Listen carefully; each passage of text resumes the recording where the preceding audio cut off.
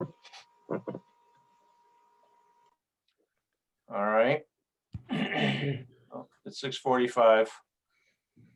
And the vast majority of us are here. Good evening, Councillor Tantar. I'm about to begin this meeting.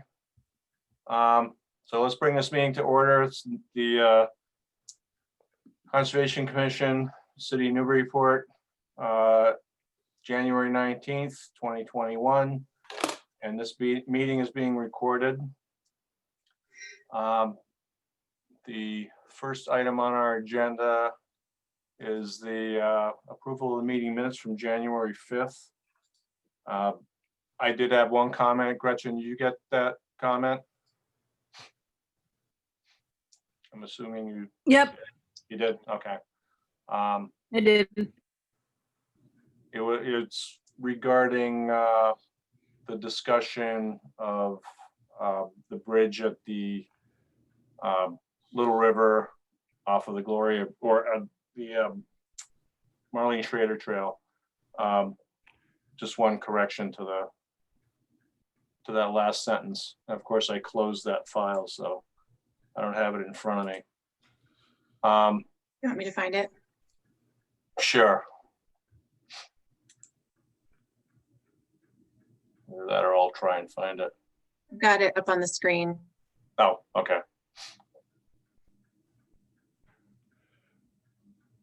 Yeah, I was let me just look this up. I remember where, oh, there we go. I just wanted to add a statement saying a variance would not be appropriate for this project because there's already an existing alternative in a dry bypass trail which leads over an adjacent culvert. Basically delete the last sentence and put that sentence as the second to last sentence. Anybody else have any comments or changes?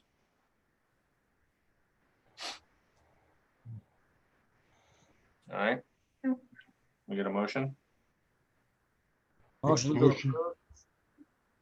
Second. All right, Paul Healy, Yes. Steve Moore, Yes. Dan Warshall, Yes. David Vine, Yes. Ron DeCola. Yes. I vote yes.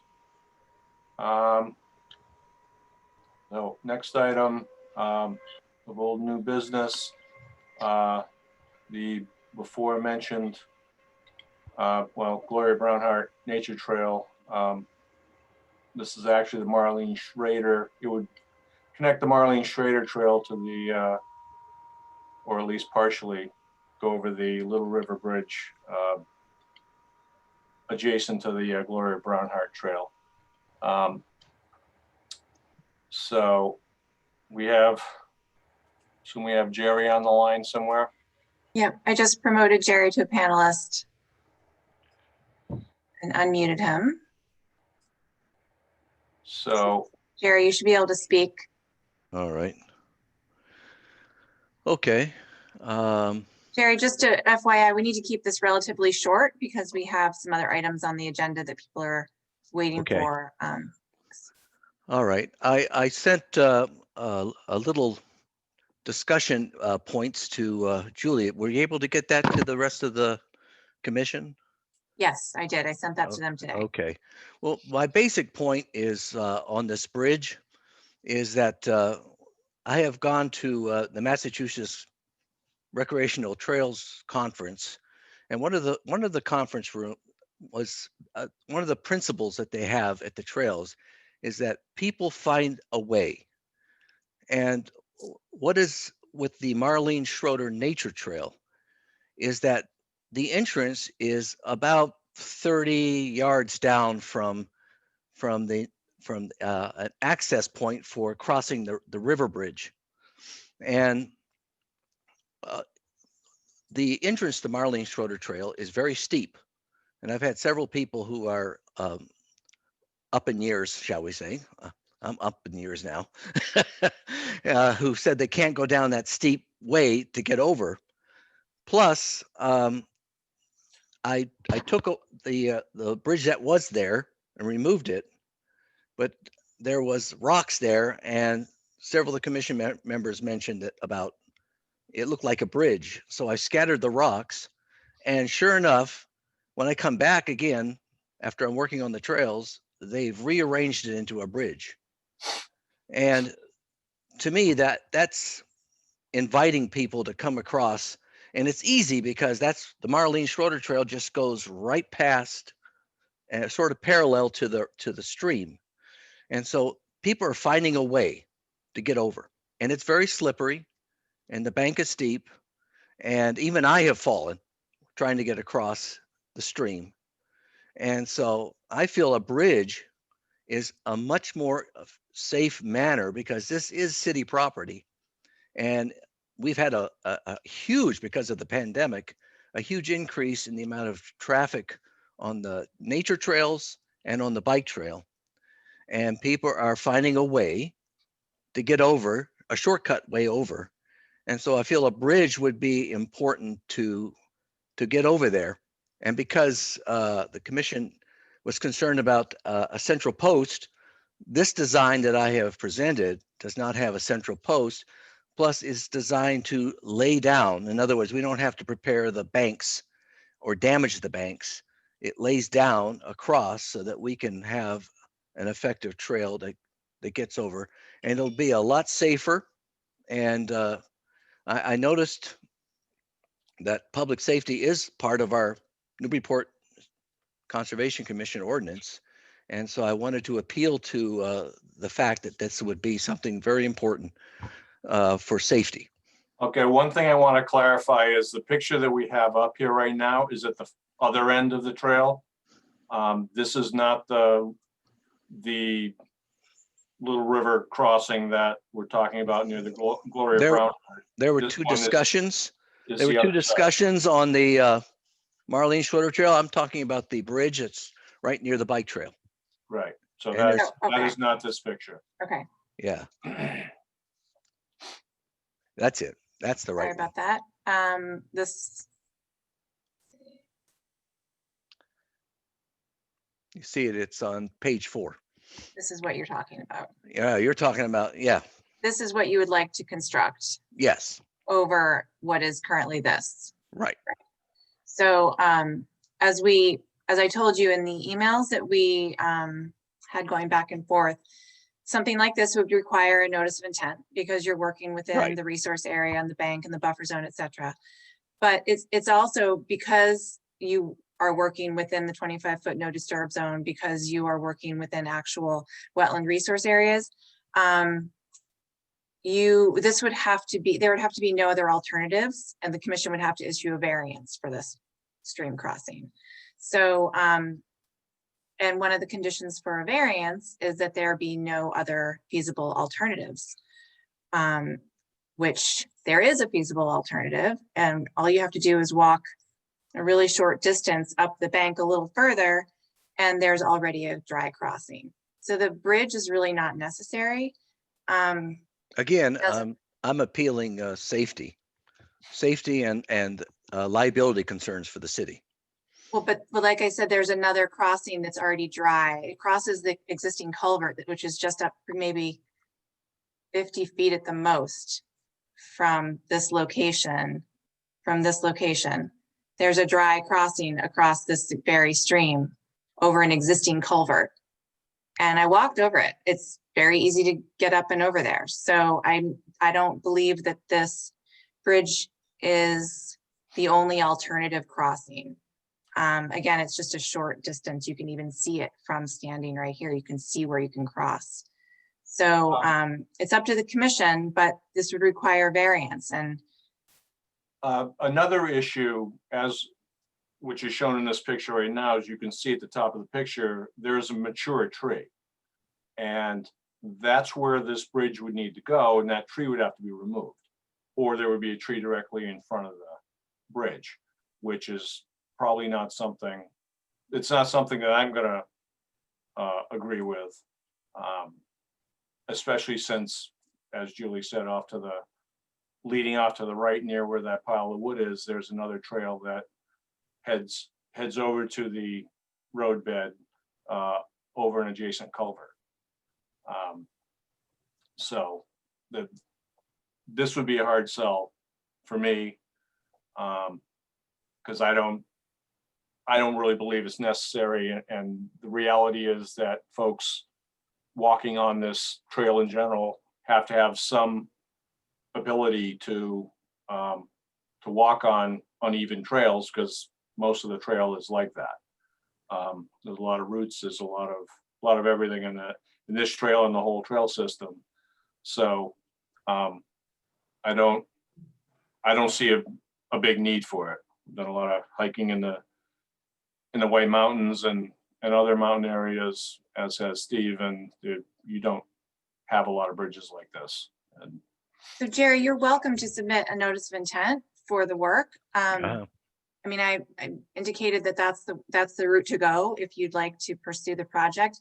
But looking at it, it's not, it wouldn't meet the criteria for a variance. And so I just wanted to let you know that, so that you don't waste time submitting a notice of Yeah, intent. and NOI that- is quite involved, yes. Yeah, it's quite, exactly. It's quite involved. It takes time and Yes, a lot of effort. And I know the project is going to cost some money as well. And there's a lot of labor involved. So I just didn't want to steer you down the road without letting you know that I don't think that it meets the criteria for a variance. okay, very good. and we should get back to that where that other bridge is, that needs to come down to. That's I've walked that spot 100 times and have had no issue with walking through there. I think what was done essentially on the bottom of this picture with the stepping stones over the culvert and everything, I think that's spectacular. I'm not sure you can even see it from here, but there it is. And those seem to be more organized now than they were before. And I think that's totally appropriate to do that, because that's over a culvert, the actual stream bed for one of the feeders for the Little River. And Jerry, again, with this situation, with this bridge, Mhm. I didn't mean to imply that a bridge can't be constructed here or that one might not even be appropriate here. It is that this bridge wasn't permitted or approved or reviewed in any way by the Well- Conservation Commission, and it wasn't constructed properly. As you can see from this picture, the supports for the bridge are exactly in the middle of the stream. So that wouldn't meet any of the regulations for how to properly do a stream crossing. I'm not sure that the bridge is actually safe the way it's constructed. And so the problem was less about the bridge needing the bridge than it was about the bridge being there without review or permitting, and also the bridge possibly not being safe and definitely not meeting the regulations. Yeah, I think a bog bridge like the Boy Scouts put down would be an appropriate thing to have here, because the bridge as it is not safe. It bounces one end, when you step on the end of it, it dips down. I think the bridge is more of a safety issue than what was there before. Well, I can certainly modify it to a bog bridge construction, where we would have two logs on either end, and then there wouldn't be anything in the middle. And that would remedy the situation, because we really do need, it's extremely dangerous, and there is no other way through that. That is a very heavily publicly used trail. And I disagree with you that it's dangerous. Like Joe, I've hiked out there many, many times and never, ever thought that was dangerous. Well, I've had several people have slipped on the steep bank there and also had much difficulty getting across the rocks. And so that's what I've received from my emails from people. And they're like, this is a really bad spot. And so it's been, the bridge may be incorrect in its construction, but it's really helped a lot in keeping people from getting damaged or hurt. As you can see, it crosses over an intermittent stream, which is dry during the summer and fall. So, Right. Which, and now there's I went to the recreational conference there, and Mass DEP was talking about a 36-inch exemption. And I was wondering if there's any way I can appeal for a 36-inch exemption for this bridge. I read that, Jerry, that exemption is for work within buffer zone. This is not buffer zone. This is actually within the stream itself. So you place supports within the actual stream. It's not buffer zone. There, you can do unpaved, you know, there are exemptions for unpaved pedestrian pathways through buffer zones. This is not that. Okay. All right. So this thing as it exists right now has to be removed. Send us, before you build a bog bridge or anything else, you need to send it to us to take a look at. And I think at this point, we're going to need to cut this off because we have a short but long agenda tonight. So Okay. we can always discuss this at a later time, but I'm going to cut this off right now, unless any of the commissioners have a question. I am not seeing any questions. All right, let's move on to any Plum Island updates. There are some Plum Island updates, but we might want to save them till the end. Okay, we can do We can that. do continuation of that at the end. Okay. Then let's move on to certificates of compliance, etc. We have Carl H. Geisler. Did I see that? Geisler, 4G Street, request for determination of applicability.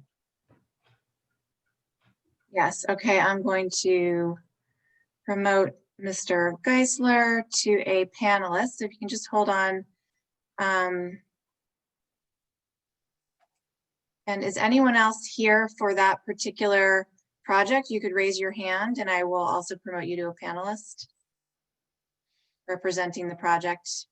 If not, then, okay, let's see, Geisler.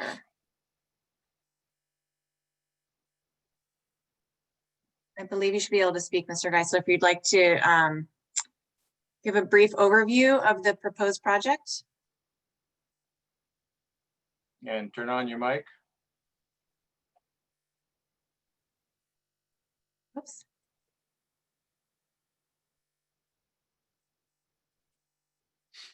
Might want to just try unmuting yourself one more time. There we go. How's that? Much Perfect. better. Great. Hi, my name's Carl. I'm owner of 4G Street. The house has been under renovation since 2016. The original permit was for interior changes and new windows, vinyl siding. There was no intent for that permit to do any deck building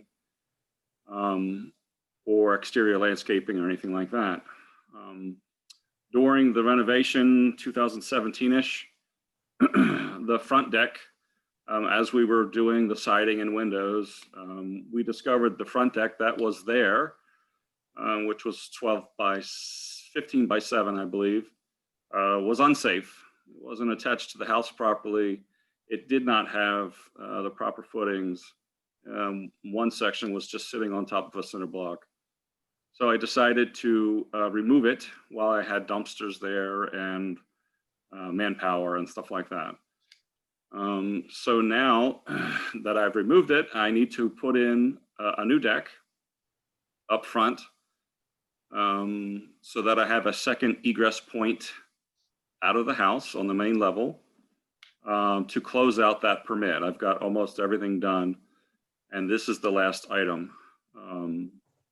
So I've proposed building a small deck, 4 foot by 4 foot basically, with steps off to the side where the original steps were to grade. All pressure treated, 2 pylons. There's no bushes in the way because there was a deck there originally. And it's just going to be a simple little deck with railing, and then we can close out the permit and move on with other things. Here's a photo of the front of the house where you can see the deck was removed. And this is a location where the new landing and stairs would go. Correct. So the stairs are just gonna come off and go off to the left there? Correct, yeah. Okay. So the deck will be 4 foot away from the house, 4 foot wide. And then there'll be 3 foot wide steps going off to the left towards G Street. This is Old Point Road where you're standing and looking at the house right now. Okay,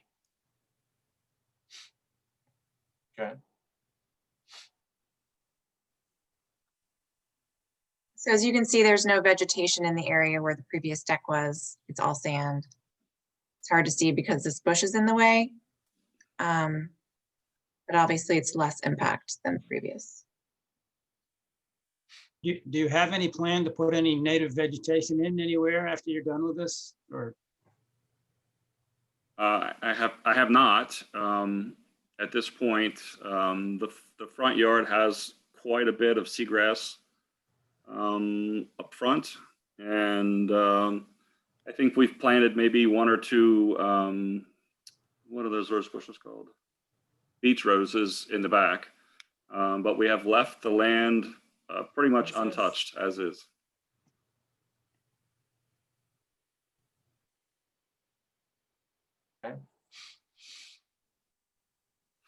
anybody else have any questions or comments or? Nice to have a simple, smaller deck on Plum Island. Yeah, Yeah. Well, I think it's a permit requirement for the egress. I want to make the house readily available and proper at this point. We plan on retiring there years from now. And at that point, then we'll look at redoing the decks or making a bigger deck or whatever. okay. Yeah, when I first saw the 52 by 51, I could only think of it in feet because that's, no one ever does 52 by 51 inch Yeah. deck, so. Yeah, well, I tried to make those inch marks as visible as possible because I had a feeling someone would be like, wow, that's a big deck. No. All right, anybody else got anything? Your motion? Make a motion for a -2 determination. Second, All right, Paul Haley, Yes. Steve Moore, Yes. Dan Warshall, Yes. David Vine, yes. Ron DeCola, Yes. and I vote yes. Thank you, Mr. Geisler. You All right, asked, how long will it take to get the complete sign off, or what's the process from here? If I could just take 2 minutes. Sure. I will put the paperwork for this approval together for you tomorrow, and I'll be able to send it out to you certified mail on Thursday. Do you have a specific address that you want it sent to, or is the address that's on the application the right one? Let's see, the address Hold on. on the application is, The application is 145 Bathrick Road. That should be good. that's Yep. where I'll send it. All right, great. Okay, thanks. Thank you. Thank you, Very gentlemen. Everybody else, thank Yep. you. Have a good night. you too. All right. With that, can I get a motion to open the public hearings? Moved. Moved. We have a second. Second. All right, Paul Ely, Yes. Steve Moore, Yes. Dan Warshall, Yes. David Vine, Yes, Ron DeCola, Yes. and I vote yes. And I'm going to turn it over to Council President Igerman for this portion. Thank you. Can you hear me? Yes. All right, let me turn my camera on.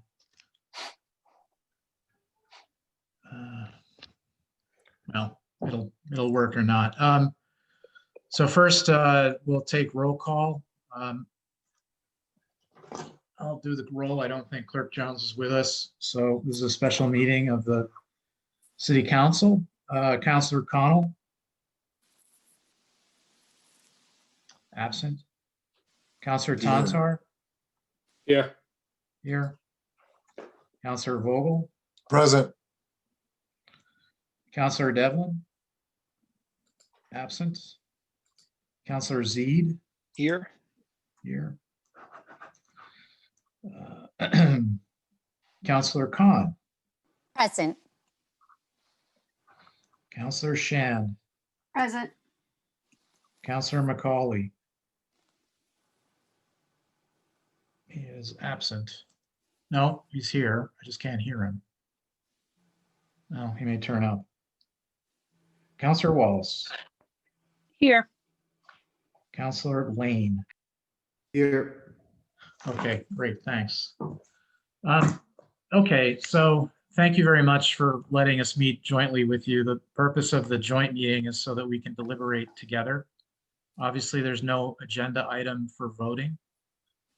So the purpose, though, is that we can talk in real time because we're all in the same Zoom room at the same time.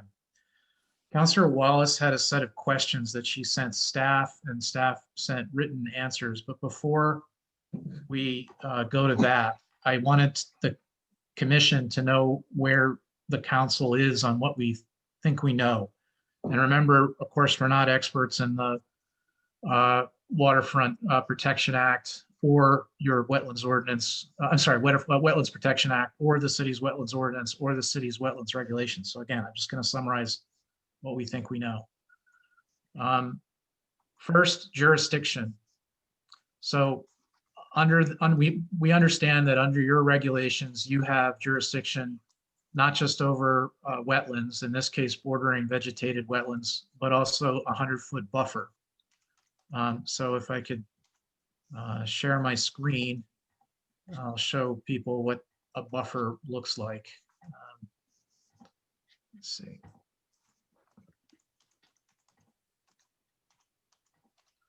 So here's 57 Low Street.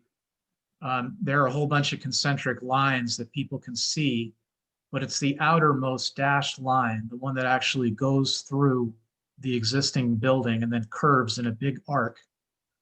That is the 100 feet from the wetland. We'll get back to delineation in a minute. So in other words, the site, I think it's 2.17 acres, but the portion that's subject to jurisdiction is not all 2.17. I mean, eyeballing, it looks like it's about 80% of the site, not 100%, but something like 80. Then we'll get into the other concentric lines in a minute. I'll get back to that. So we know that. We also know that Andy Port commissioned a delineation, or at least a partial delineation, that's dated June 2019. And that is shown, you know, that's where these lines come from. Okay, that's where these lines come from. That delineation hadn't ever come to the commission before, but it's informed the city council to date. We also know from Councillor Wallace's questions that there is some sort of an RDA, which I'm showing now, that was done by the commission a long time ago in 1997.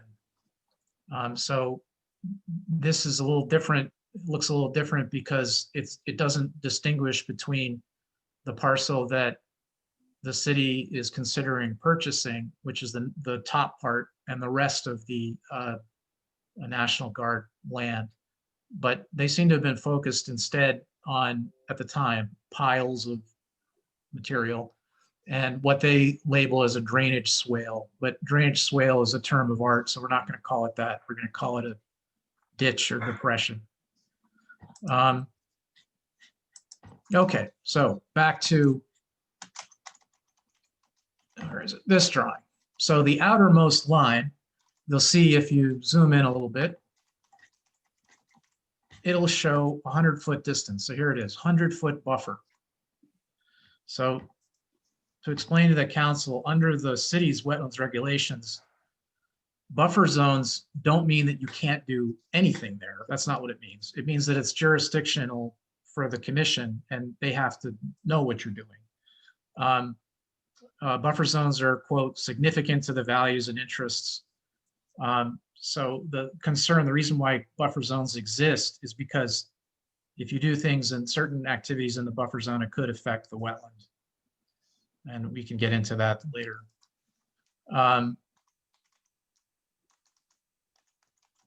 There's also a presumption, I think it's section 8A3 that I found, that the applicant has to show that if what they're doing in the buffer zone by clear and convincing evidence is not going to harm the resource. That's the purpose of the thing.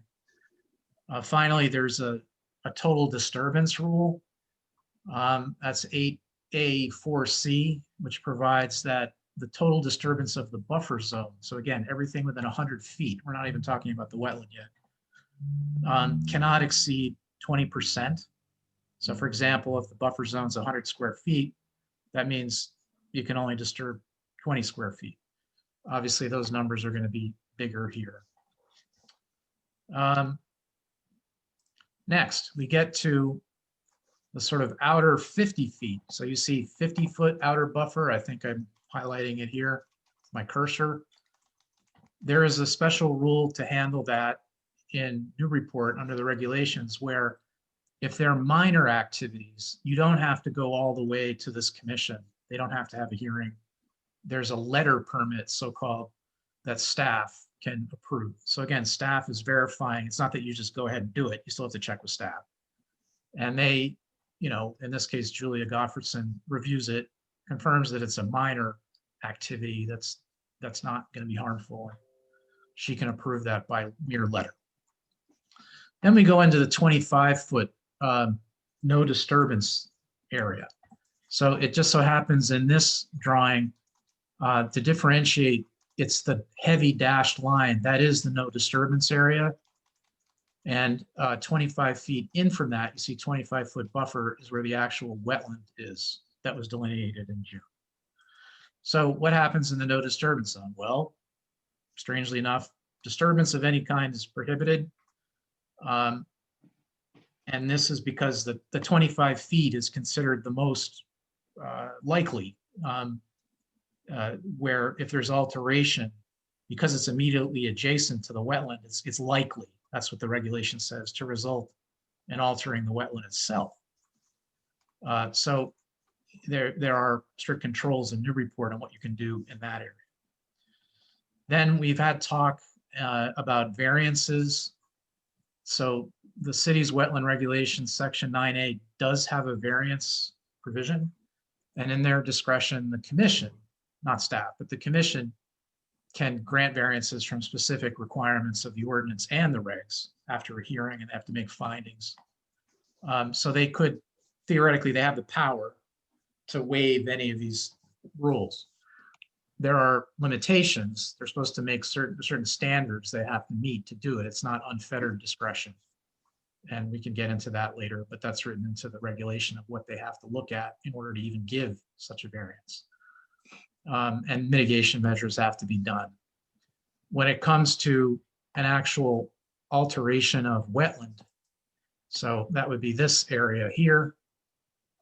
We've had talk at the council about so-called replication, and we'll need staff to clarify that and the commission too, but our understanding is it is possible to get a variance in order to actually alter or fill wetlands, but part of the mitigation is likely to be replication, which is disfavored expressly under the local regulations. It says why replication is not ideal.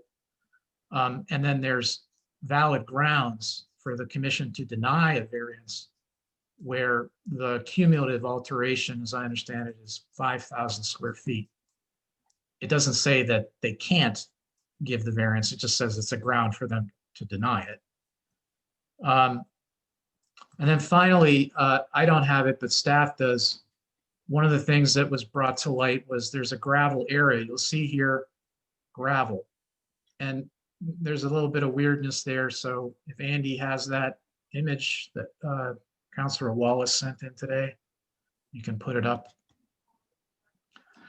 It looks like the gravel area was put in sometime between 2016 and 2018.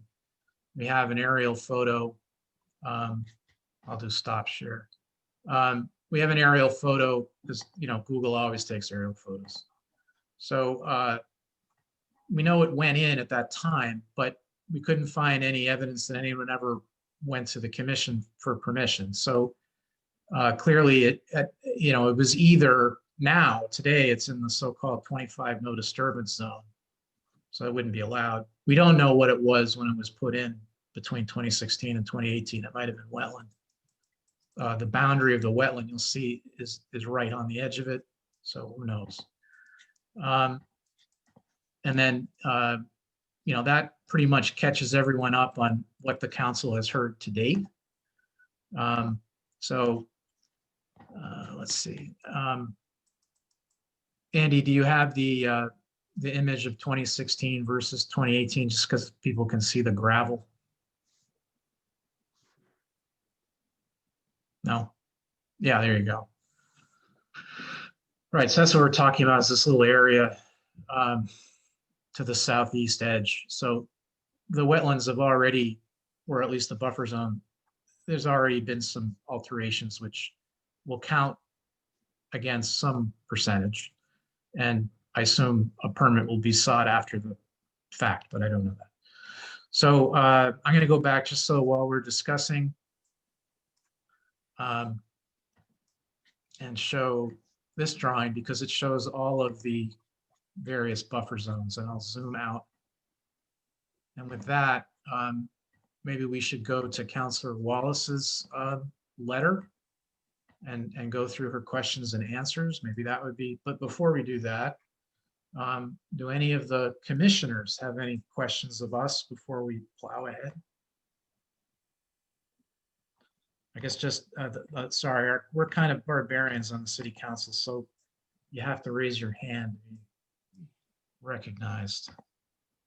I don't see anyone raising their hand. Okay.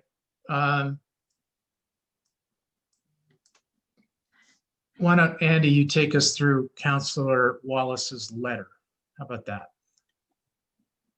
Sure. Councilors, can you hear me? Yeah, I can hear you. Okay. Just want to make sure. So there was a memo that came into the council, and Councillor Wallace had submitted this. I'm happy to, just to explain a little briefly what's going on in each of those bullets. And then if you have any other questions, defer to, either answer the questions or defer to others who might be appropriate to respond. So the first one I'm going to skip over, if that's all right with the council, I think, because it will be discussed Thursday evening, and that's the licensed site professional analysis of the site. Yeah, we're just here for wetlands. Yep. Right. So number 2 is certification of the wetland boundary and the resource areas on and around the site by the Conservation Commission in accordance with the Wetlands Protection Act. I interpreted that to mean actual filing with the Conservation Commission. And so in the communication that I sent out to members of the council, I just clarified that I think we can achieve a similar outcome without the formal filing, that the state is not, as current owners of the property, interested in participating in. They don't want to get involved in any permitting aspects on the property of what the city might be doing. So there's that aspect. But the plan that was developed back in 2019, June 27th, I believe, of 2019, was commissioned at the city's request in order to determine how much wetlands were on the property. So that was determined by wetland scientists. He's here this evening if there's any questions for him about the delineation on that plan. And then the actual certification process, and I'll defer to Julia and Joe and the commission members if they want to speak to that in more detail, but we were not anticipating an actual filing with the Conservation Commission prior to purchasing the property from the state, because we felt that we had, this is from the office's perspective, did not have too much of an issue with the delineation that was done. It seemed pretty clear that there was a comprehensive assessment of where the wetlands are, that they're pretty extensive towards the rear of the property to be acquired. And so we didn't feel it was necessary to do the filing before the commission either. So I did have an informal discussion with the commission, and the certification process would actually be the commission receiving a notice of resource area delineation, essentially, and reviewing that plan, essentially having a city commissioned wetland scientist go out there and verify that that plan is accurate, that the fields that flags that have been placed in the field are accurate. And those flags are shown obviously on the plans that you've all seen.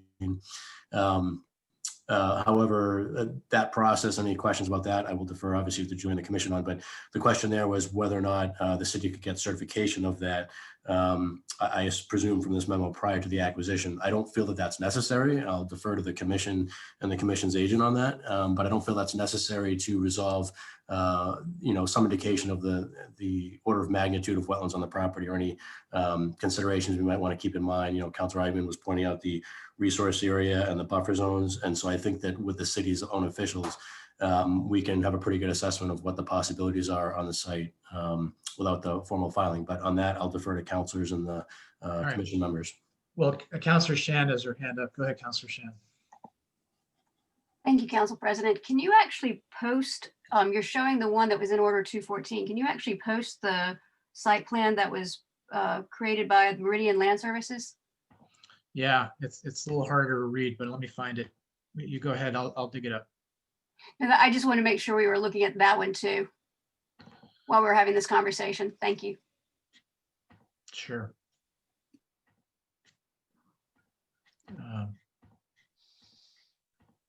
damn it, where is it? I had it. Can you see it? Yes. Yes, thank you. Yeah, so there are the concentric lines again. Let me get back to the participant thing. Can you make it just a little bit bigger, please? Thank you. Make it a little bigger. Councilors, I'm happy to walk through if you have any questions about what the plan is showing, or I'm sure Julia can speak to that as well. But you can see. Councillor Z does his hand up. Go ahead, Councillor Z. Thank you. I'll try and stick with the topics at hand. So the topic at hand right now seems to be the delineation itself. So I'm not an expert on this. So what I want to ask is, I guess I don't understand how a line can be jagged like this. Maybe that's because I don't understand how this works, but if somebody could give me some color on that, that would be helpful. When we did a site visit, we stood towards the rear of the property, and to the naked eye, which is obviously the point, it's hard to discern the difference standing, say, in some of these little crevices, I don't know what else to call them, but where the sort of the line goes in, then it comes back out and so forth. I didn't know if somebody could speak to that as to what are, how do you figure out what is a wetland and what accounts for these kind of jagged lines? Well, first, Joe Teixeira, you had your hand up. Yeah, this is pretty much standard for us. A lot of it, there are various ways. I'm not an expert in wetland delineation, but minor topography would change it. Like a stream bed, you would see it moving all around, like the bottom wetland area. On this, and a lot of them that we've gotten in, the wetland scientists are looking at the soils to see whether it has the hallmarks of a wetland. I can't remember the exact terminology. Julie can probably flesh that out a little more. Well, before we get to that, don't we have the wetland scientists, you said, Andy? We do, actually, and I was going to suggest that. Thank you, Councilor. So Tyler Farrick is on our list this evening. He is able to speak to the delineation that he created. I know just from my background with wetlands that typically you're looking at the type of vegetation as well as the type of soils. So those may have played factors, but I'll defer to Tyler if you could unmute yourself and just speak to how the delineation was done here. Yeah, and then a couple of notes. Again, sorry to be so formal, but Councillor Connell has joined us. He is on the line. And next, after Tyler speaks, will be Christine Wallace and Afroz Khan. Go ahead, Tyler. Again, Tyler Farrick with DeRosa Environmental. We flagged this back in May of 2019. So on the site, you can kind of see there was historically a lot of earth disturbance. So the topography varied in that back area. So the micro topography played kind of a big factor in what was wetland and what wasn't. So that's kind of why you see a lot of jagged lines.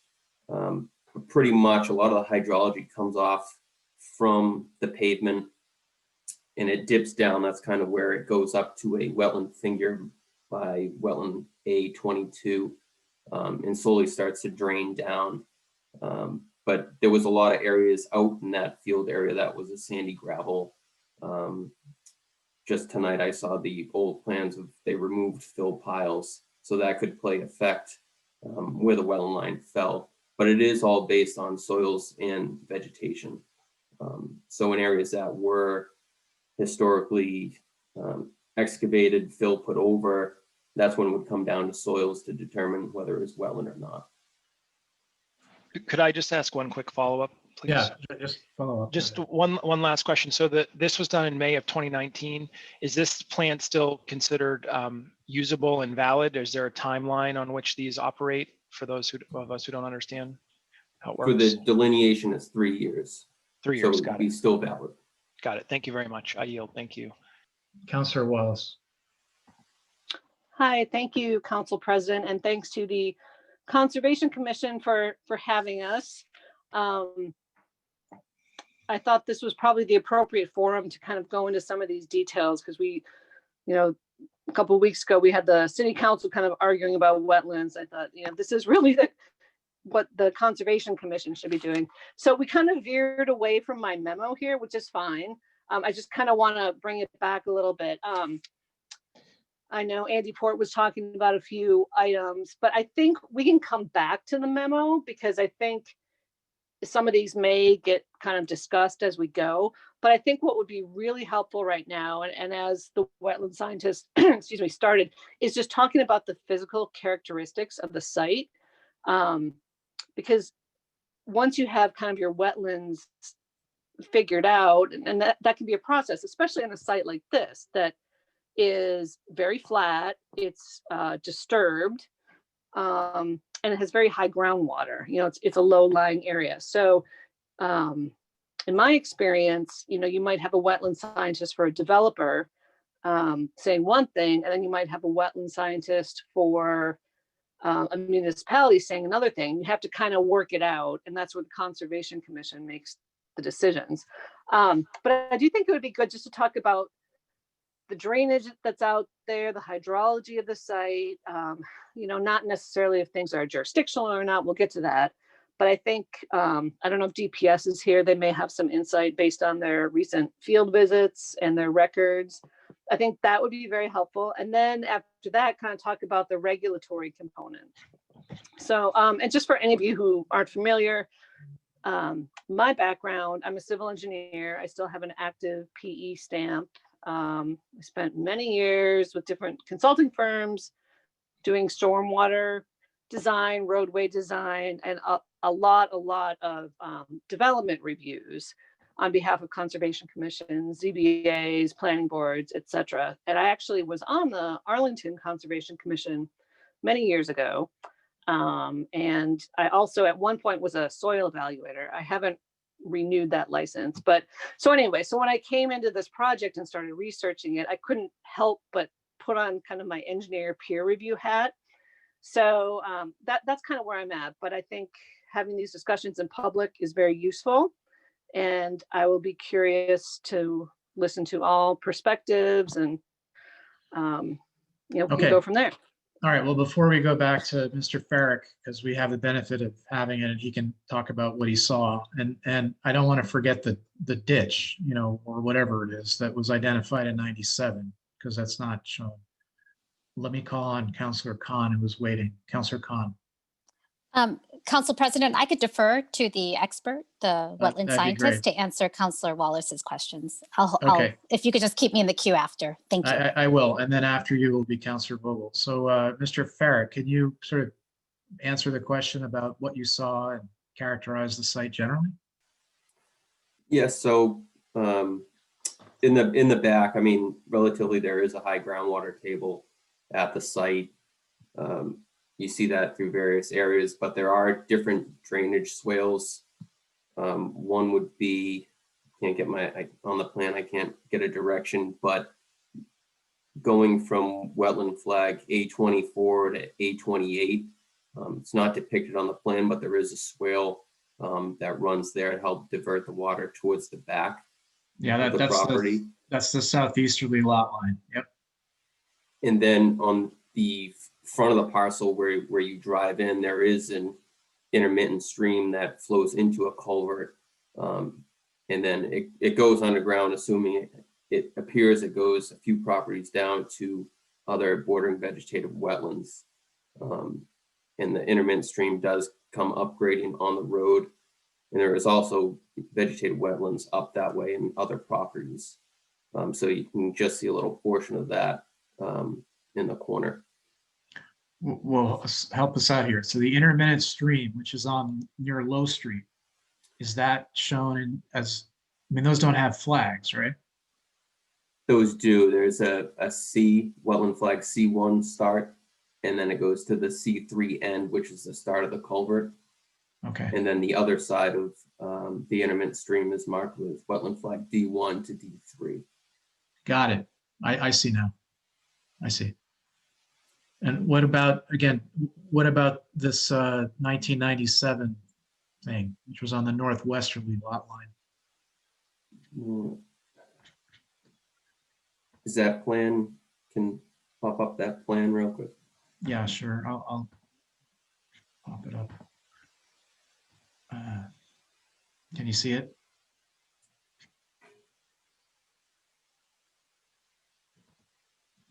Right, so that would be, yeah, we did not see a swale running in back of that. The wetlands tailored off towards that neighboring property, but it looped around back away. Yeah. If we saw anything going back towards the property, we would have flagged it for to pick up that buffer zone. Okay, so in other words, you did look at the whole shooting match, but you didn't. This was Right. not flagged. Yeah. Okay. Right. Exactly. Okay. Yeah. All right. Keep going. Councilor, this is Andy Port. There's another graphic that would be helpful at this point. City engineer John Eric White had put together a sketch of the drainage out there by the street. And this, I think, ties into the question that was asked about what's going on near the street side. Yeah. What can you put that up?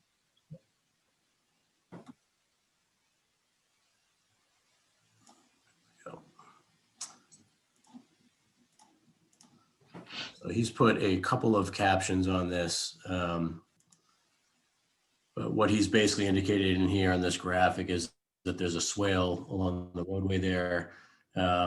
There is, he says there's not a swale there along that line there today. He says the ground does slope away from the roadway down in that direction. He shows with the pinkish lines that you see there between the stormwater catch basins, he shows the lines there and heading eastbound on Low Street from that location up at the corner that was discussed where the head wall is labeled. Okay. So I guess before we get off this, because these aren't wetlands that we were focused on at the council before when we met in December. So, and we heard from Mr. Farrick that he did flag the ones at the extreme northerly corner. He gave us the flag numbers. Does that mean there are buffers around these too?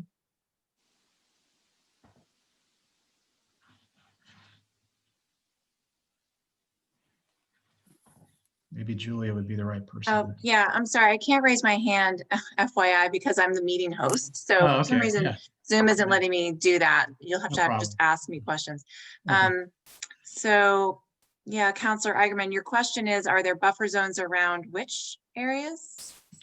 Well, maybe we go back to the flags. You know, again, Mr. Farrick said maybe not everything that John Eric identified, but he has some wetland flags that he put into an intermittent stream at the northerly edge.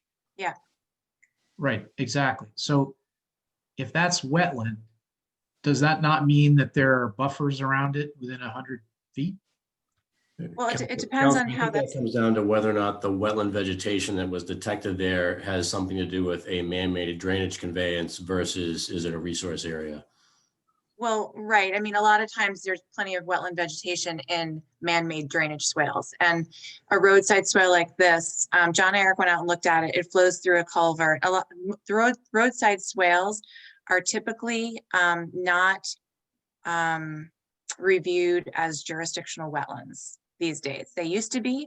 And years ago, the Department of Environmental Conservation, Department of Environmental Protection recommended that conservation commissions do not consider drainage swales, man-made drainage swales, roadside swales of this sort to be jurisdictional areas because they need to be cleaned out. They need to be maintained. They have a purpose for carrying stormwater that needs to be continued. And if you start regulating these things as wetlands, then you can't go in there and clean them out. You can't help them continue to carry stormwater alongside a roadway and through culverts and that kind of thing.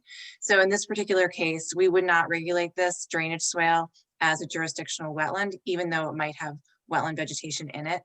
John Eric went out there and looked at it. He also classified it as a drainage swale. He calls it country drainage, which is essentially just a roadside swale, and it goes through a culvert that you can see here. And it doesn't matter when you said that they used to regulate it. So does it matter when the drainage swale dates from? I'd have to go back and look at the date that DEP came out with that policy guidance. It is policy guidance. It's not in the regs.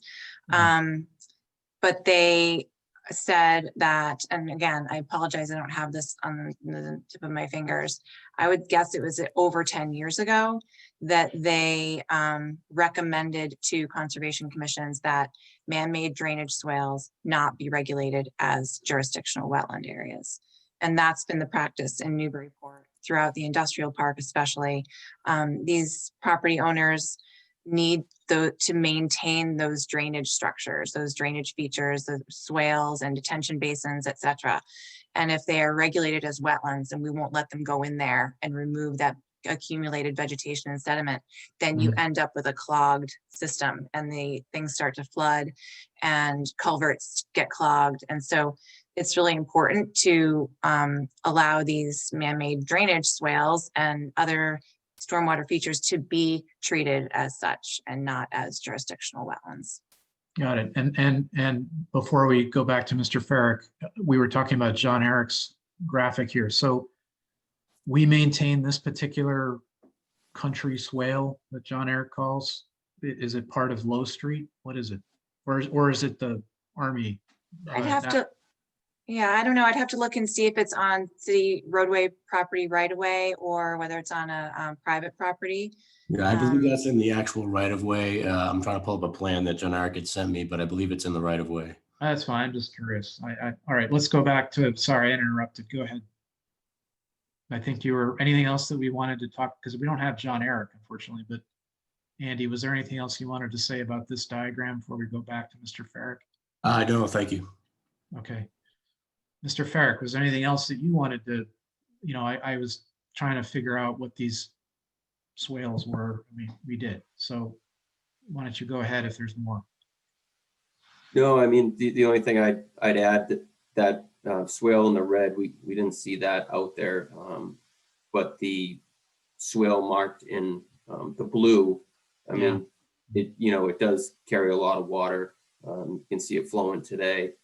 So, it would be deemed an intermittent stream according to the Wetlands Protection Act. And so that's why we flagged it as such, as it is important to maintain that flow drainage. And that's one of the concerns of Mass DEP. Doesn't mean you can't do anything around it, but it is important to keep that flow because that is hydrology going to adjacent wetlands as well. Okay. Councillor, this is Andy. I was able to pull up that plan and it does actually show some information that's relevant. Yeah, go ahead. So this particular plan, the city engineer pulled up is from 1970. And what you'll see on this plan, this is actually oriented the opposite direction, and I apologize for that. Okay. But this, if you look at this, what you're seeing here, the brick building, that's shown in there. That's the 57 Low Street. You can kind of notice the angle of the property there, similar. So that is the building and the site they were talking about. But as you can see, just before that, consistent with the other illustration, was a head wall that's right out in front of that building on the street there. That's the sort of thin rectangular box. Yeah. And they show a sort of a drainage ditch along the side of the roadway with topographic lines, and there's an arrow between the sort of a swale that they've drawn. So this was recognized as part of that drainage conveyance between outlets further up the road near the intersection with Hale Street, all the way down to this head wall in front of the building where it continued down the street eastward back in 1970, it looks like. Okay, well, that makes sense because 1970 is when Knockmullen opened. So that's probably when they did all of this work. That makes sense. I'm a little confused by the intermittent stream thing, but we'll move on. Could I just add one thing? Sorry, Councillor Eigenman, on the intermittent stream thing. I agree with Tyler that if there's water flowing in there consistently like that, and it's classified as an intermittent stream on USGS, then even if there is a buffer zone around that, that's something like he said, the point is to allow that to continue to carry water. So whether it's an intermittent stream or a roadside swale, or however you want to classify it, with a buffer zone or without a buffer zone, the point is that it needs to be maintained. Water needs to continue to flow through there, continue to flow through the culvert and towards the wetlands where it eventually gets to. That's all. Got it. All right, that's crystal. All right, well, Councillor Khan's been very patient. Councillor Khan, why don't you go ahead? Yes, thank you, Council President. So, I want to thank having the Conservation Commission here before us because we want to really tap into your expertise here since we don't do this every day like you guys do. So we have before us this the wetlands delineation that we just heard about that's been kind of done by a licensed wetland scientist, and they've walked through and looked at the topography and put together this map. And the question I had is in terms of Concom's kind of role in all of this. We talked a little bit about the notice of intent. I heard that mentioned. When we look at like the man-made swales, for example, for drainage, and it was helpful to hear the explanation of why that would not be kind of classified as wetlands. I was curious in terms of the permitting process, or if any project is done on this site, where do you step in terms of any stormwater management? Because that seems to be a key aspect in terms of why you probably wouldn't want them designated as wetlands. And I was just curious in terms of your process, if a project is discussed here, how does that work with this commission that we're talking to today? Julia, why don't you go ahead, and then if your commissioners want to add something, if they could raise their hand, I'll call on them. Sure. Okay, thanks. Councillor Khan, so your question was, how would we handle stormwater management on a site like this if there was a permit application? Correct. Okay, so any permit any notice of intent that would come before the commission for a project on this large of a site, if it wasn't a single family home project, would have to come along with a stormwater management plan that would have to show how the project would meet the state stormwater management standards, the 9 standards. And even on a redevelopment site like this, where the site is already developed, the applicant would have to show how stormwater management was at a minimum being improved across the site wherever possible. So that means no increase in the rate of runoff from the site, no decrease in infiltration capacity from the site, and that sort of thing, no sedimentation or erosion impacts in water leaving the site. So stormwater needs to be handled and managed. And on a site that was developed a long time ago like this, with minimal stormwater management features, you'd guess that they would be making improvements to stormwater management on the site. So any notice of intent and any permit issued by the commission would have to include all of that. May I just follow up on that? Please do. And that's standard practice, right? So that's part of the effort, because we've been talking about wetlands and the delineation and getting that kind of done correctly and verified. But the stormwater aspect is something, and Newburyport has our own stormwater ordinance too that gets triggered through this whole process. Is correct? Yep. Yes, and John Eric White in the Department of Public Services is responsible for managing the permits through the city's stormwater ordinance. So let's say there's a project that doesn't have any relationship to wetlands, it's further than 100 feet from any resource area or wetland, then it wouldn't come before us for stormwater management. It would strictly go to John Eric for a stormwater permit. But in situations like this, where you have wetlands on site as well, then we would look at the stormwater management plan and sign off on it through the order of conditions. John Eric would also be looking at the stormwater management plan and issue a permit through the city's ordinance. So it gets almost like looked at double. And oftentimes we would even, if it was a really large site, we would have it peer reviewed as well. Great. Thank you. Thank you. Councillor Vogel is next. And, Thank you, Mr. President, and thank you all who are here in front of us. I greatly appreciate it. I just heard from Councillor Wallace about her experience of having potentially opposing views on what is wetlands or what aren't wetlands. And I think it was framed, you might have a developer and then you might have a property owner or whatever it might be and have opposing views. How does the commission manage such conflict like that? Is it again a peer review? How does that get resolved? I might be a little bit off topic, but I'm just curious about that. Maybe Julia? Would you like me to answer? Sure. So again, just to clarify what the question is, you asking that if a developer were to come forward with a proposed project and there were wetlands involved and they presented a delineation, let's say something like this, and we disagreed with it, how does that get handled?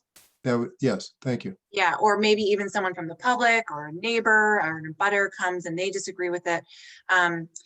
Well, we would do a site visit and we would go out and we would look at the delineation. We would look at all the wetlands flags and see whether or not we agreed with the fact that it was delineated properly. And the three factors that go into delineation are vegetation, soils, and hydrology. You have to have all three to mark that as a wetland or not a wetland. And so if we didn't feel like we had the expertise to make a call on whether or not a flag should be in a certain place, and we felt like it would have an impact on the project, then we might ask for a peer review.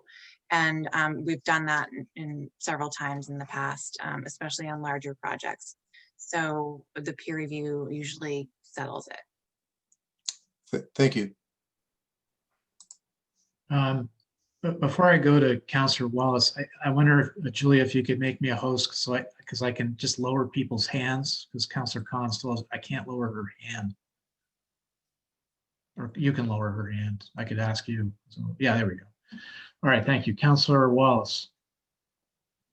Yes, thank you. So I have a few specific questions, or, we did a site visit a few weeks ago and there are a couple things that I saw out there. We're also just looking at, aerials or, topo, et cetera. So my concern is there's actually more wetlands out there than what has been shown to us. So I'll just kind of mention them here. One being any wetlands that are on the neighbor's property. I realize you can't always get access or whatnot, but I believe, and correct me if I'm wrong, they're supposed to show wetlands within 100 feet of your site.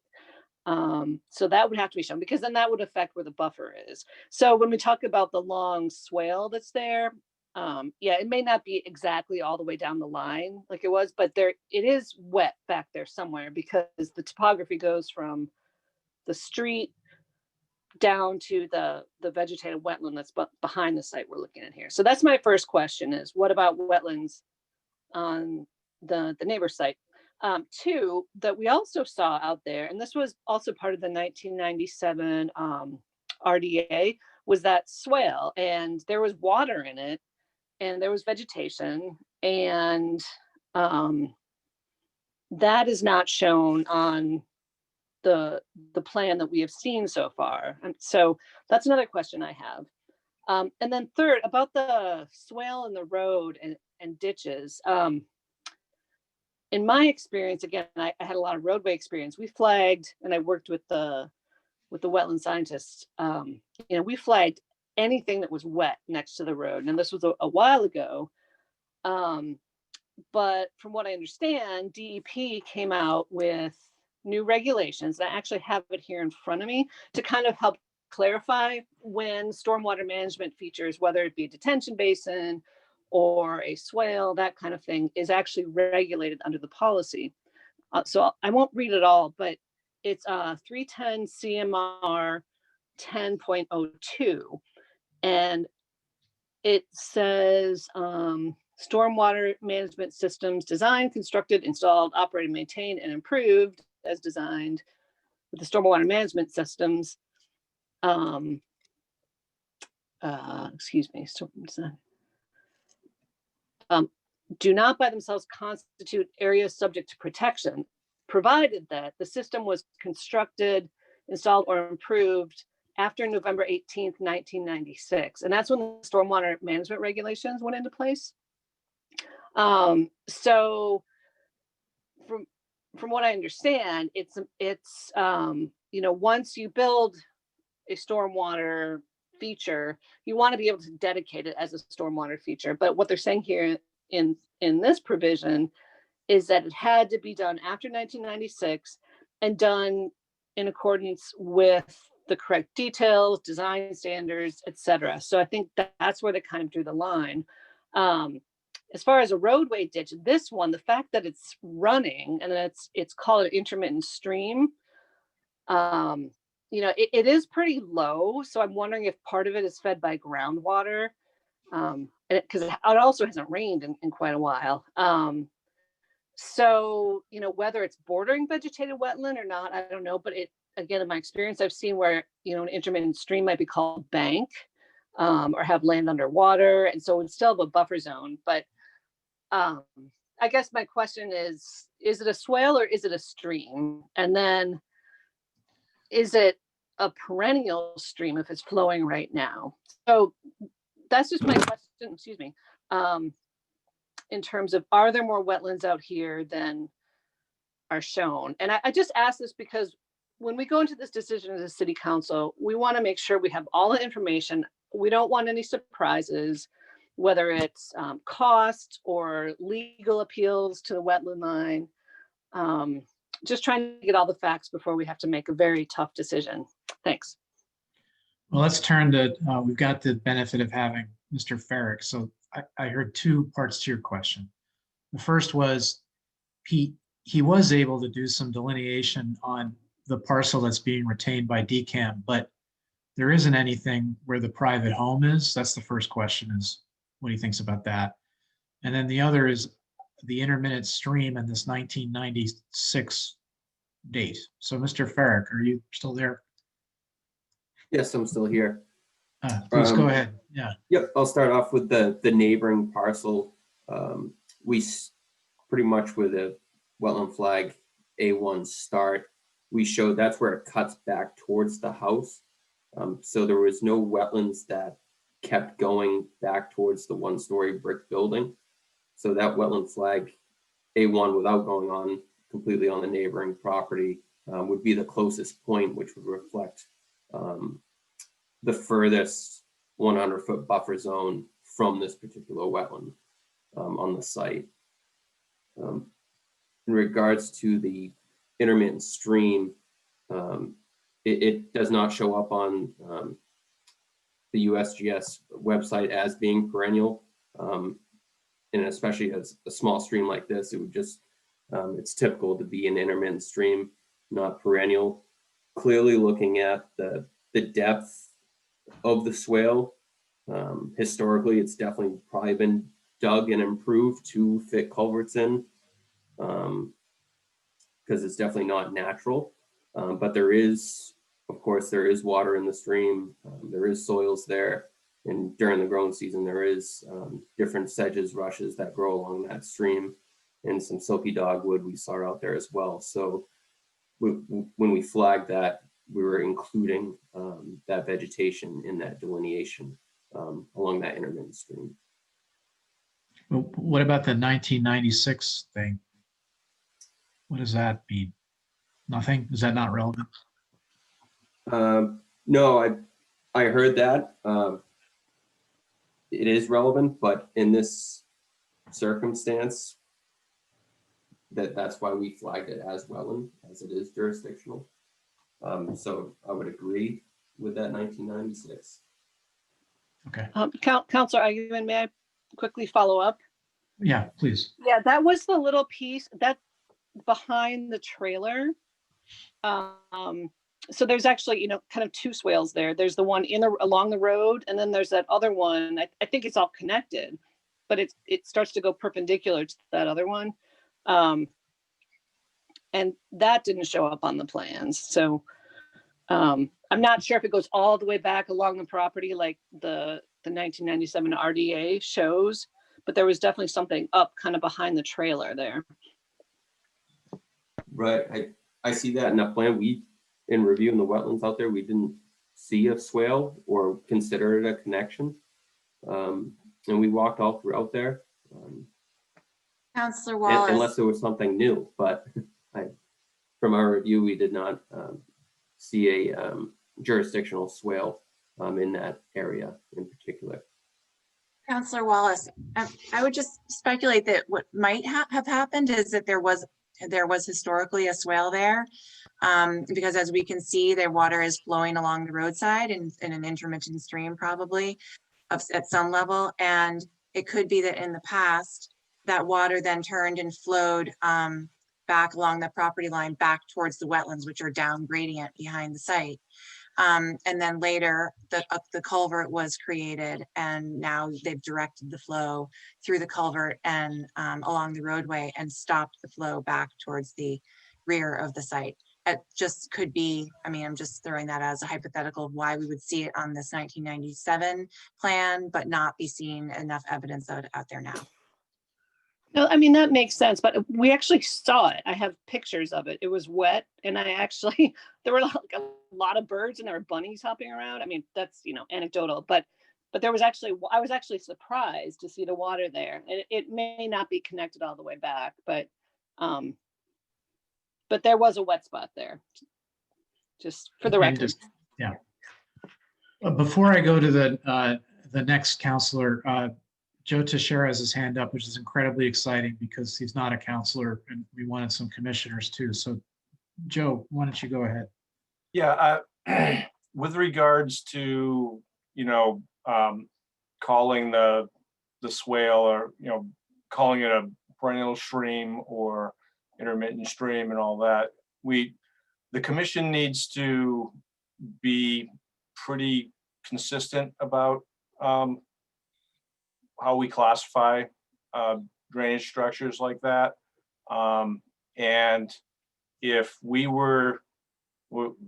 did a lot of gnashing and thrashing over the years about the industrial park, and it's all the same sort of drainage systems which were built before 1996, and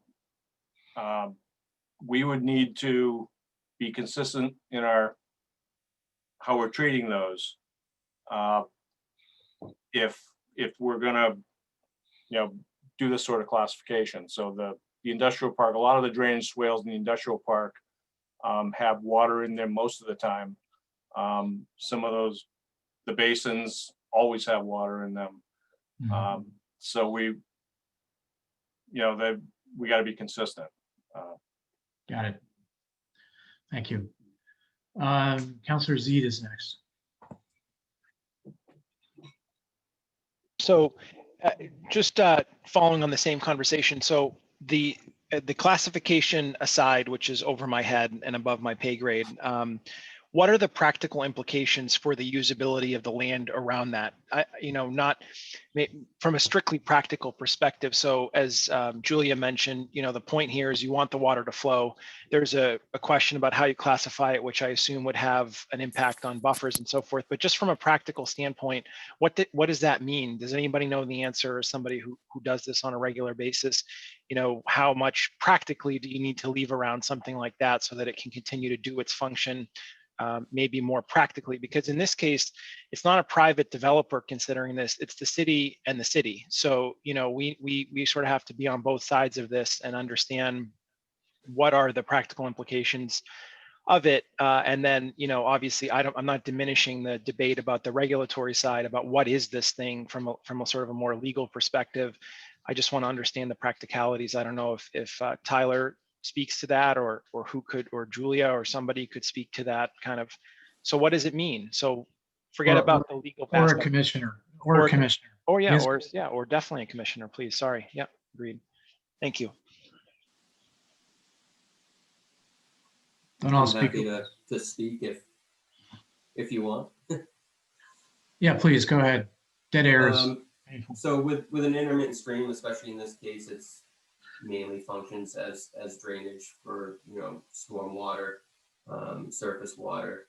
Doesn't mean you can't do anything within that 100-foot buffer. I'm going to lean on Julia for the restricted buffers for the town, but usually in our experience with this sort of wetland, we'll call it, you know, historically it has been improved, and you know, we're talking this stream is 3 to 4 feet wide, with vegetation.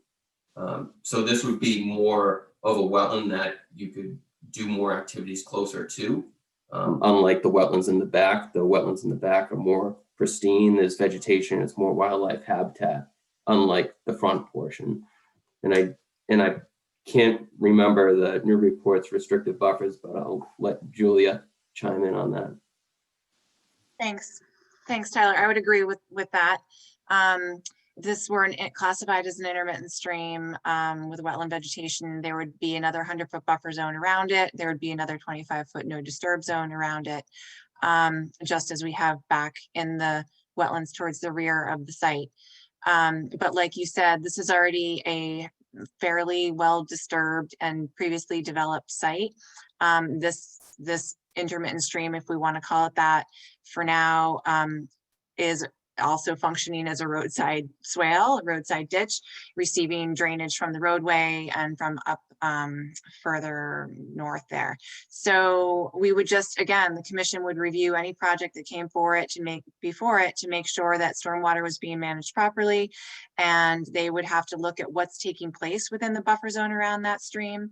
They would have to make sure that if there were additional impacts in the area within that buffer zone, that those were being mitigated. If there was disturbance within a 25-foot no disturb zone here, just as at the rear of the site, they would need to take a look at whether or not there were any exemptions that would allow that disturbance, or whether or not that would require variance. But again, like Tyler said, this is a disturbed area. It's not something that I think we would get to, commission would get to nervous about. Work within that zone. They want to make sure there were no impacts to the stream, but aside from that. Thank you. Councillor Zede, are you set? Yeah, I will yield for the moment. Thank you. Okay, Councillor Connell.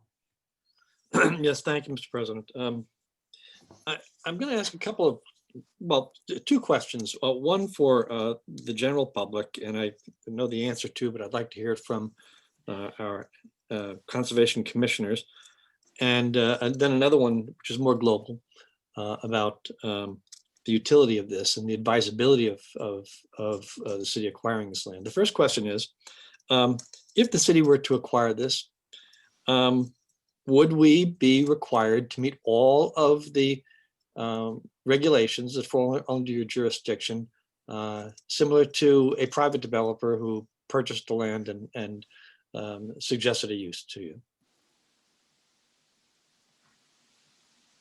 Joe, go ahead.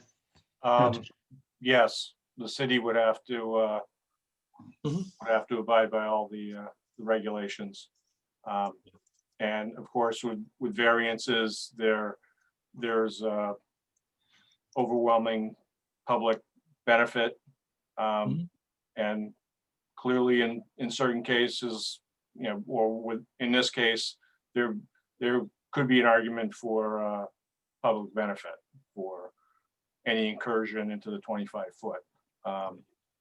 But you know, this would not be the first time that we've done it. And it's pretty much, in my experience, been exclusively with private interests that have done good things for the city as a result of the incursions. Good, thanks, Joe.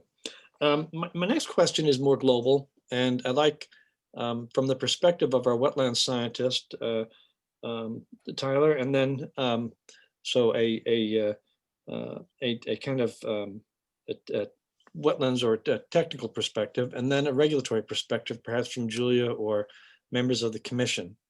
Are there any characteristics of this site that, in your view, first to Tyler, you would be very cautious about in terms of the city acquiring this property and potentially putting it to some public use? And then the next part of that question is from a regulatory standpoint, and maybe it's Andy, I don't know, someone's going to pick it up. I asked the same question. Is there a downside? Is there something we're unable to see at this point that you would have concerns about? Because we'd like to know about it in advance of a possible acquisition. Well, Councillor Connell, if I could just, as Andy Port, if I could just briefly speak on my behalf, from the Office of Planning and Development's perspective, we see no reason, either from a wetlands perspective or from a soils cleanup issue, which will be discussed on Thursday, have no reasons for thinking the city should not proceed with buying or acquiring the property. Obviously, there's discussion to be had about the future uses of it, but given that the city does have needs from several different departments for needs, and the property valuation is good in the city's favor, the wetlands are not a constraint, in my opinion, that would justify backing out of the presumed closure to purchase this property, because there is a substantial amount of space up front that could, in its present form, be used or be reused in the future by the city at any future point as needed. Granted, the back is largely wetlands, but the front is certainly usable in its present and future reconfiguration if need be. And Tyler, do you concur? I mean, you've seen lots of properties. Does this one ring any bells? Like you say, you'd be out of your mind buying this. You could never put it to use. No, I wouldn't say that. There are wetlands on the site, but I don't see anything hidden that would raise any concerns here. Mm-hmm. If anything, I would say that due to the, historical use, kind of a lot of earth movement out there, the previous kind of development, kind of the soil piles, I think there's actually more, how would I say it, I guess, a better opportunity to redefine kind of the limit of wetlands out there. So depending on where you're looking to do development, there is a chance for mitigation and that sort of thing to clean up that back area and improve the wetlands that are there. And a lot of times it comes down to that. If you are encroaching into those restrictive buffer zones, those opportunities can help. Mr. President, may I follow? Yeah, go ahead. Then Tyler, stick with that theme for a second. If the city were to acquire it, what do you think the city would do that might prudently be done to that site to improve the protections that are there? I'm thinking particularly about stormwater management, but that may not be the only perspective that you bring to this. I think ways to improve it. A lot of sites we see that they demarc the 25-foot no disturb zone, so there's no future encroachment. So say a property is sold, any homeowner that goes there or a new business, it's defined. That way there's not going to be soil piles deposited. And honestly, in doing the soils analysis out there, that's kind of why the line is so jagged on the backside of that property. It's from old fill and that sort of thing. So we'll prevent that in the future. Does anyone else want to chime in on that one too? I'm wondering if there's anything else people might recommend before we go down this road. Can I just ask, I'm sorry, when you say demarc, what do you mean? What do you mean practically? Typically, a lot of, and Julia, you can chime in on what Newburyport typically likes, but a lot of times we demarc it with 4x4 posts, that usually have a no disturb zone. So it's a physical feature that you install. Exactly. Yep. And they're usually put on, the approved plan. So then any plan later on, it's, you see it. Got it. Mm-hmm. Thank you. Yeah, we've, just to add to that, we've done that on plenty of sites throughout Newburyport. where, and again, in terms of what jumps out at me on this particular site, we've seen developers come forward with proposals for work on sites with much more wetland constrictions than on this site, much more. So this doesn't look terribly intimidating in terms of wetlands to me, and I don't know if Joe or the other commissioners would agree in relationship to some of the other sites that have been brought before us. But that said, the commission does like to make sure that there's no disturbance in the 25-foot no disturb zone. And so oftentimes they will ask a homeowner or developer to demarcate that zone so that after the development is complete, after the house is built and everyone's living there or whatever it might be, that everybody knows where that 25-foot no disturb zone lies or where the wetland line lies, and not to go back there, not to build a swing set back there, not to put a new parking lot back there accidentally when no one's looking. So oftentimes we'll have them put granite bollards that say this is where, this is where the 25-foot no disturb zone starts, or sometimes a split rail fence with a sign on it that says conservation area, no disturbance beyond this point, that kind of thing. We've done that and plenty of other permits throughout the city.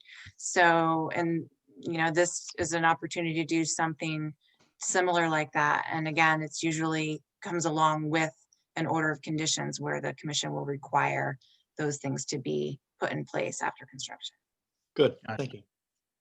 Councillor Khan is next. Chair, I will defer to other councillors who haven't spoken yet, if you are yes, doing that. I beg your pardon. Councillor Lane has not spoken yet, and then Councillor Tantar. Thank you. I appreciate that. Since we're in the discussion of contaminants a little bit here and some testing, I'm just curious, is there increased restrictions on the allowable levels of contaminants in the soils in wetlands? Yeah, I guess either Tyler or Commissioner or Julia, any of you? One of the Wetlands Protection Act one of the interests or I would say functions and values of wetlands is water quality and maintenance of water quality and improvement of water quality. That's a function of a wetland. And so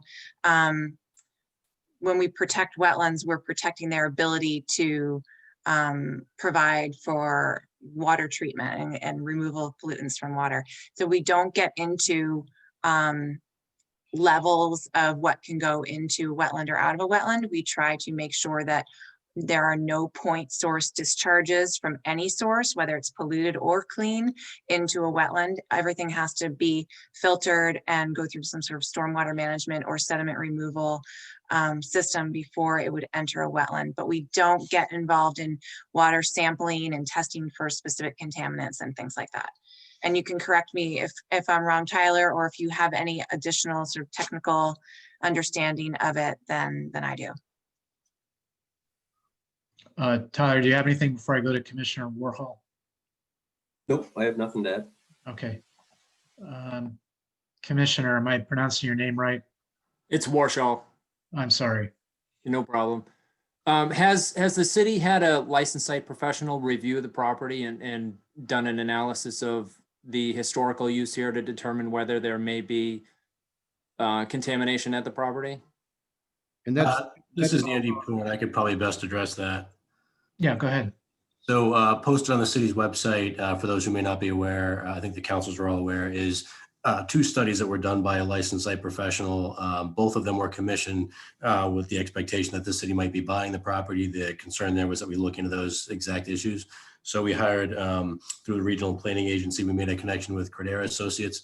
They are going to be speaking to the council about the same issue later on this week. But basically what they found in a phase 1 of report of the site was that they did not believe that there were any reasons for doing further soil testing on the site, feeling that there were contaminants on the underground. But they did recommend we do some additional testing in the building, which we then did, and to look at lead, asbestos, and PCBs that are sometimes in the caulking around windows and things like that.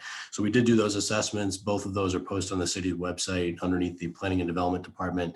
On the left tab there, there's a link there, but that information has been provided for folks to view. So phase 1, but no phase 2 outside, Commissioner. Correct. The LSP determined that phase 2 testing, in their opinion, was not necessary. The only phase 2 component they felt was appropriate was what they call the hazardous building materials survey, which is where we got the information on lead, asbestos, and PCBs. Council President, if I could follow up. Please do. So did they just check out the building, or where in that picture that's up where all those trailers are there and where they've parked Army vehicles over the number of years? I'm just curious if they looked in that area where that 25-foot setback is in terms of doing a second phase and doing some test borings. They did not. I will let the consultant obviously speak to that in much greater detail for the members of the council, but in a nutshell, they did not do any physical testing on the site. What they do as part of the phase 1 really is look at historical documentation, and so that the PDF that's actually posted on our website is something like 1,049 pages. Because it includes all the historical records they were able to obtain from the property owner, from DEP and so forth. Looking through those records, including 2 particular cleanups that were done already on the property that were tracked through the typical process, they determined that there was not a need for additional testing here. They did not, and I think the LSP will reiterate the same, indicate to us to do additional testing either in that area where the trailers are or anywhere else on the site. Essentially, that was one of my original concerns in wanting to get a phase 1 and phase 2 assessment of the site, was given that it was used as a garage historically, just making sure that we had done our due diligence, looking into possible soil contamination, if oils or gases had, drained from vehicles. So that's why we had them commission that report on our behalf. What they found was, and I did press them on this after receiving their written report, said, you really don't feel there's any need to do additional testing. And that's the position that they have on that. So if they were to say that we wanted a phase 2, we needed a phase 2 done by chance, we weren't allowed to do that anyways, correct? Is that right?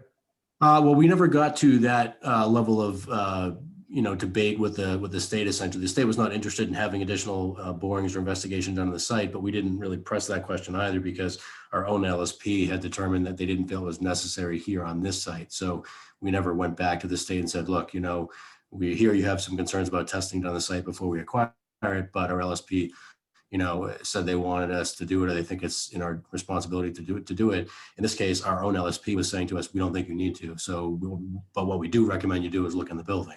So. Well, let's put a pin in the LSP. We have a calendared hearing for Thursday specifically to talk to the LSP, but I think what we sussed out and Julia answered is essentially in wetlands, there's no level of contamination that's permissible, right? I mean, so for wetlands purposes, I think we've covered that, I think.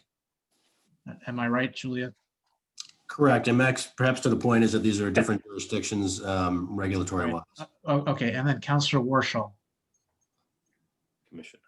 Commissioner, sorry. The issue regarding potential contamination is not really relevant to the discussion here tonight. Then we're really focused on the wetland issue then, is that correct?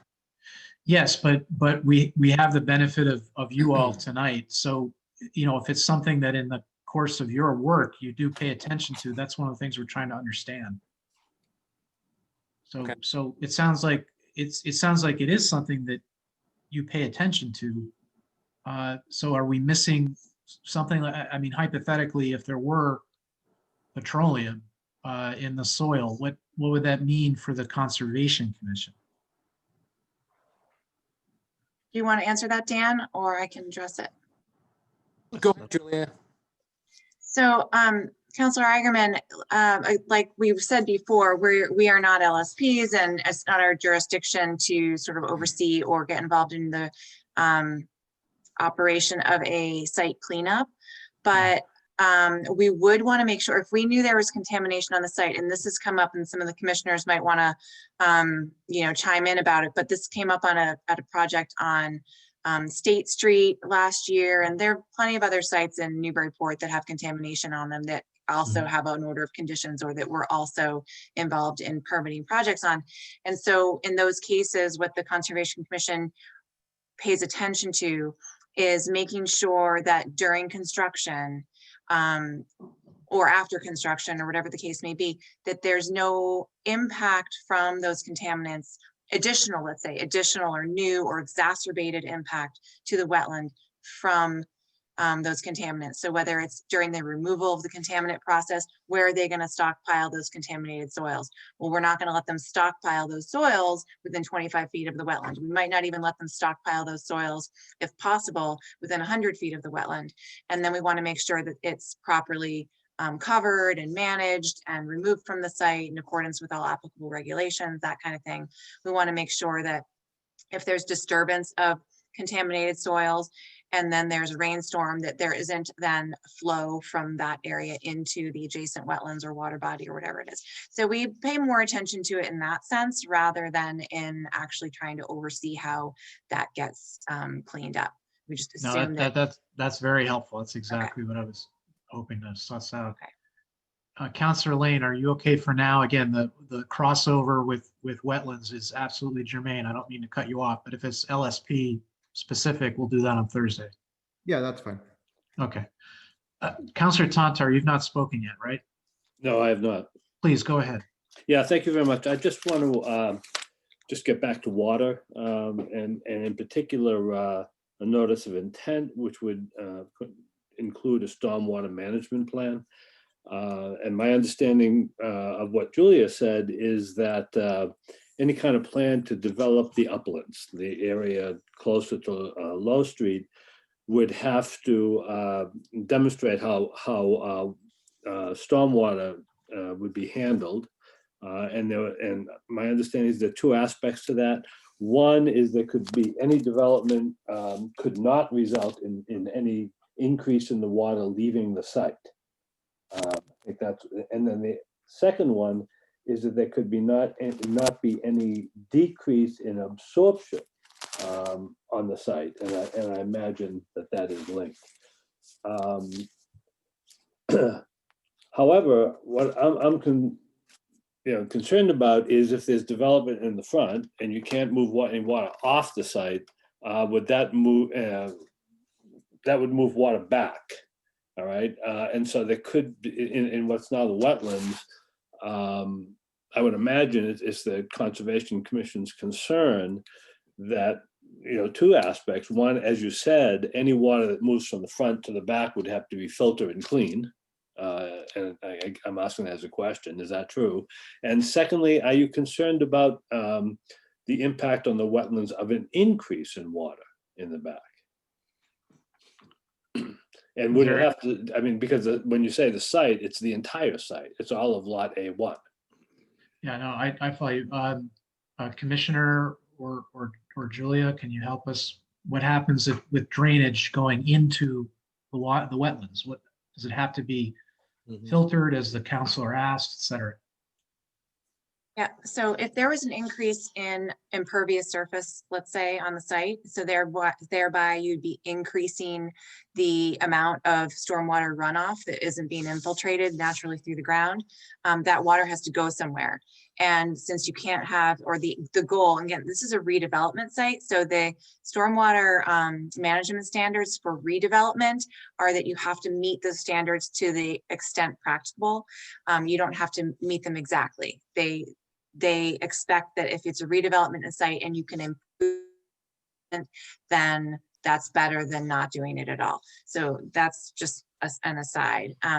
There is some sort of flexibility when it's redevelopment, but aside from that, you're increasing the amount of runoff on the site by increasing impervious surface, that additional stormwater needs to be handled somehow without flowing directly into the wetland without treatment, or at a higher rate than currently it flows into the wetland, thereby causing erosion and sedimentation impacts and things like that. It would also have to make sure it be clean. So if it was coming off of a parking lot area where there could be oils and greases and other contaminants, that would have to flow through some sort of stormwater management system, like a grassed swale would be considered a way of treating that parking lot runoff. Water from a rooftop is considered clean, so that would just have to be slowed down. And I'm not an engineer, civil engineer, so I shouldn't really be talking that much about stormwater design, but those are the types of things that would have to be looked at in terms of handling additional stormwater on a site like this. But this site also is, there's already a lot of pavement and there's rooftop already on it. So depending on what type of project someone was proposing, maybe there's not that much of an increase in impervious surface on the site. And oftentimes we see projects come forward where they're going to decrease the amount of impervious surface on the site because they're going to add grassed swales and they're going to add more plantings and things like that. So it's hard for me to say exactly how it would be handled on the site, but it would have to be a stormwater management plan would have to be submitted along with the notice.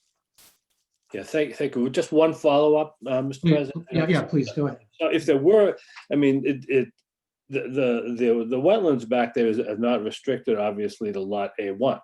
I mean, it's a contiguous wetland. All right. So, I mean, would you have to assure that if there's an increase in water in the back part of this lot, that could not move around to the rest of the wetlands and contiguous properties?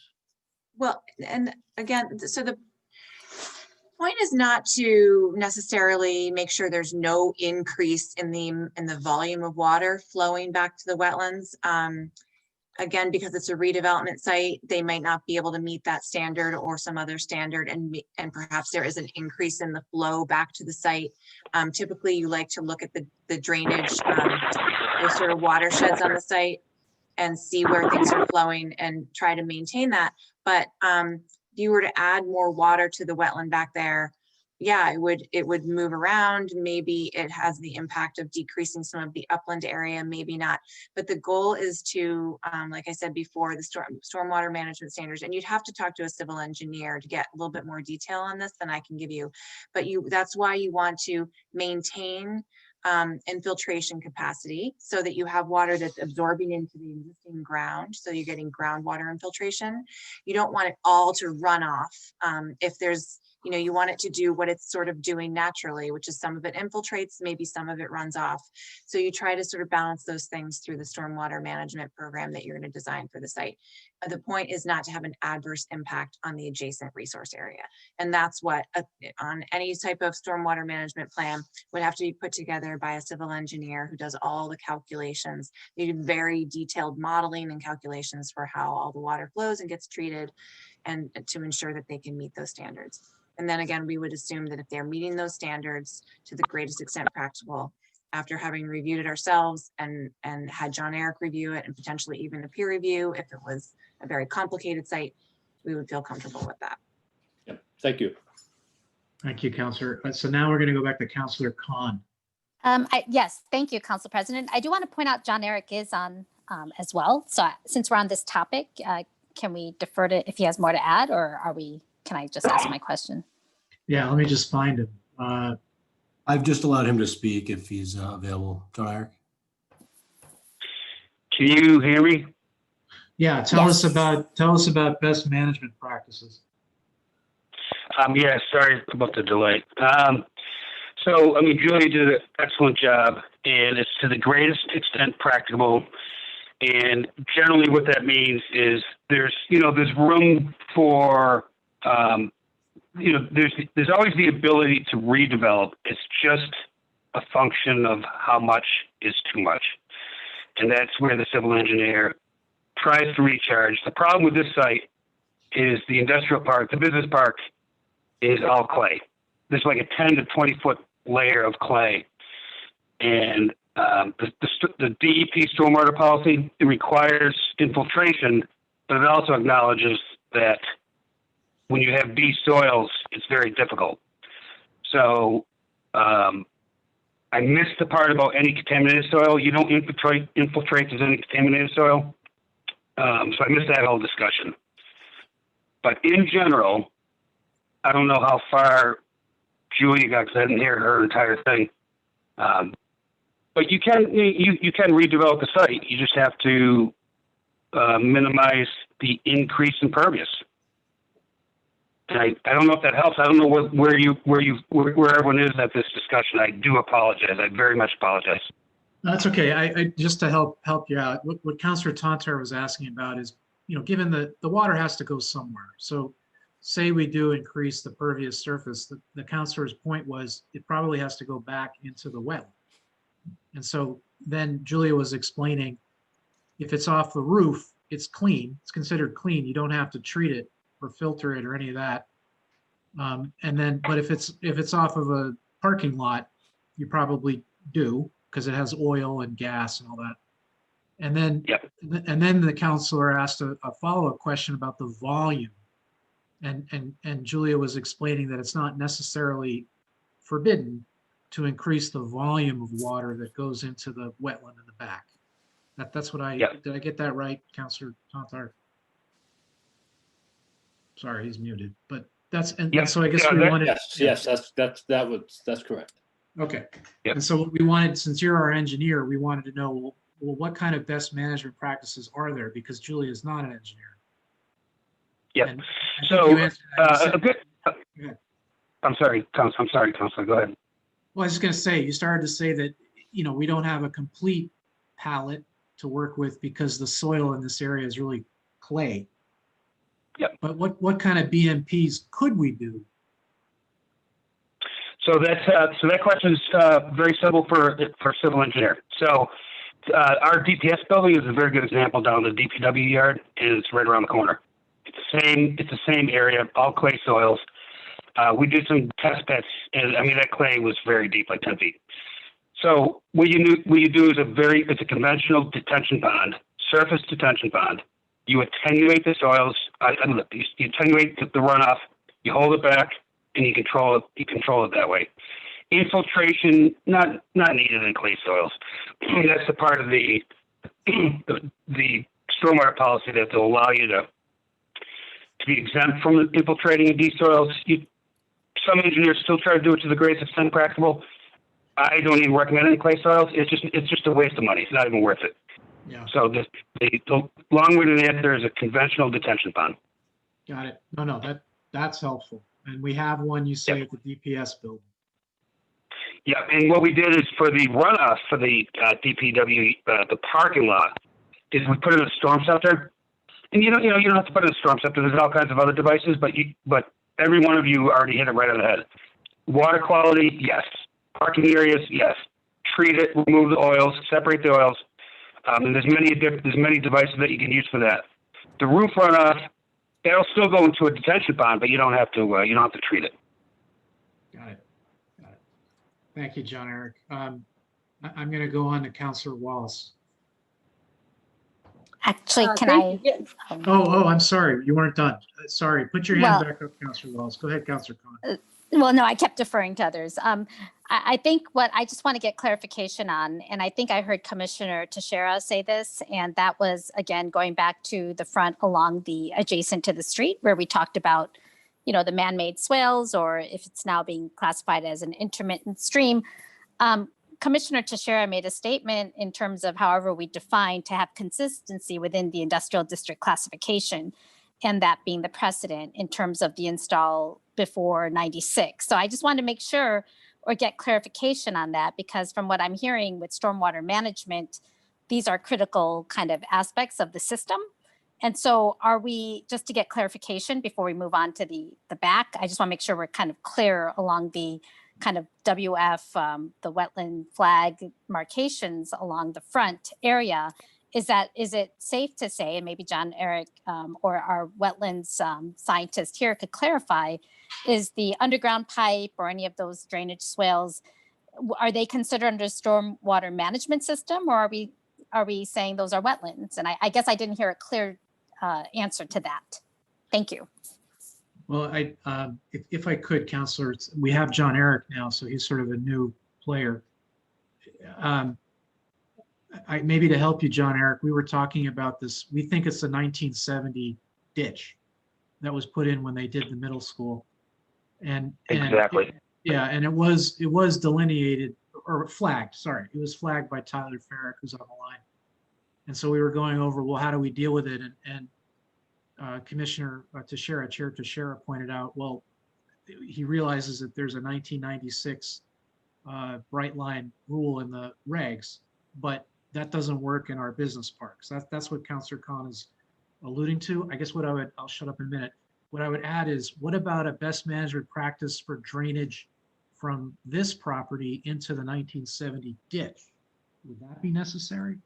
And then go ahead and answer Councillor Khan's question. So let me start over. I think I understood your full question about discharging to the ditch. I mean, my understanding is that a lot of times wetland scientists flag wetlands that end up that truly are stormwater ditches, and you know, I want to say it's kind of no fault of wetland scientists because they've been trained to identify wetland species. But if the origination of the ditch was for roadway purposes, and then the wetland species end up growing, and no one maintains it, which is the case here, hardly any cities maintain all the ditches the way they should. You get a lot of wetland species growing. So handling this after it was flagged and submitted, well, the NOI hasn't been submitted. So what I would recommend is reflag the property, and I would ask the wetland scientist, who I believe is on this meeting, like you said. My vote would be that the wetland flag, it's not a wetland up front. To me, it's clearly not a wetland up front. That was built for roadway purposes. So for starters, before I continue, does that help? Well, okay, I hear you, and that's kind of where Commissioner Teixeira and also Julia were saying that's basically the practice in Newburyport, because of the business park, has all these pre-1996 swales, ditches, whatever you want to call them. I got that, and now you're caught up. But from your telling us about BMPs, I've got a different question, which is, can we discharge? Can we discharge to that ditch? Oh yeah, I mean, you probably won't, Councilor, because the way the grading is in the site. I know. Everyone knows it slopes back the other way. I just want to make sure I know the facts. Yeah. Exactly. Yeah. Okay. Yeah, you'd be fighting uphill, and it's just not worth it. Yeah.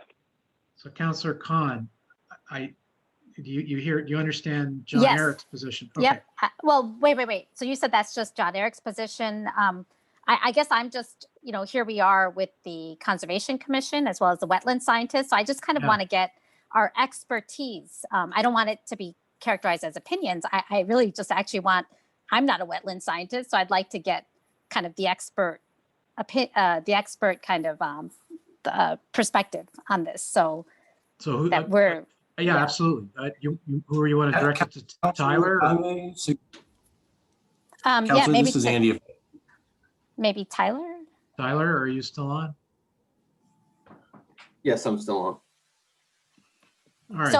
So Tyler, in your experience, I do kind of see the characterization of how, and I think you may have said this earlier, where, you look at the vegetation, the soil, you mark, you put the wetland flags there. In your experience, are you sometimes collectively doing that, whereas some things might be these type of man-made swales, but in your job, you just mark everything and then maybe understand that might be. Yep. So usually at the start, a lot of times we don't know the history of a site. So when we go out, we do flag typically everything. Once we work with the engineers, suppose they put in a drainage structure, back in like 4 years ago when they did the development of the site, we'd be able to pick up those BMPs on the site plan, so we could make those wetland lines that we had on there non-jurisdictional based on those plans. But the Wetlands Protection Act, the regulations, how they're written is, everything before, of course, way back in New England, there's a lot of man-made ditches, streams throughout, history. So they are jurisdictional, because if we were to say that those man-made things weren't, that would be a large portion of the wetlands that exist today. And that's sort of why the regulations were written that way and tailored, that when those stormwater ponds, ditches, channels are made, that they are marked on a site plan, so we know it, versus natural wetlands and that sort of thing. But I guess what it comes down to is, at this point, it's the town's discretion on, I would say, their jurisdiction of, accepting a variance for doing going within that 25-foot no disturbance zone in that particular instance versus the natural wetland in the back portion of the property. If that makes sense. Councillor Connor, you have more? Yeah, that's actually confusing me more because now I'm hearing that we need to do a 25-foot no disturbance from that is what I thought I heard. Councillor, this is Andy Port. If I could speak, I think Yes. I think what the combination of what I'm hearing, and I think maybe Joe and Julia could probably speak to this better from the local Conservation Commission permitting perspective. Tyler, of course, preparing the plans that would ultimately be subject to their review. I think that what you've pointed out here, what's been the question that's been raised is what is the jurisdiction, the expected jurisdiction of that, blue dotted line that we see on that graphic that John Eric, the city engineer, had pointed out, which is a swale that is shown on a 1970 roadway drainage, conveyance. So if Julia or Joe could speak to it, but given that you look at these plans on a regular basis, and you've mentioned before how drainage swales, are dealt with in the business park, is it reasonable to conclude that however the plan is submitted to the Conservation Commission, that the commission might look at the flags that are pointed out at that upper drainage culvert there and actually determine that those are non-jurisdictional and in fact only approve the wetland boundaries at the back of the property as being jurisdictional?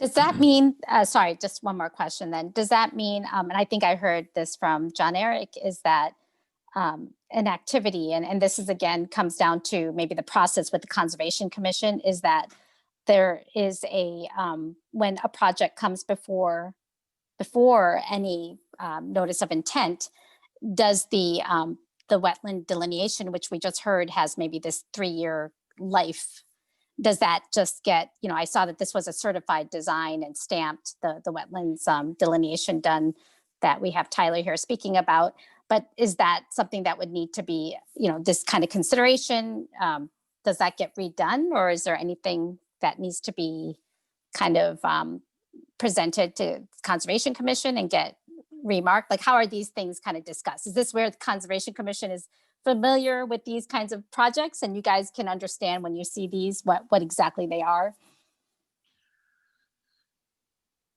Let me help out Joe, because he has the practice. So basically, this is the delineation by the professional wetland scientist. He's flagged it. He's said he thinks it's jurisdictional because it's pre-1996.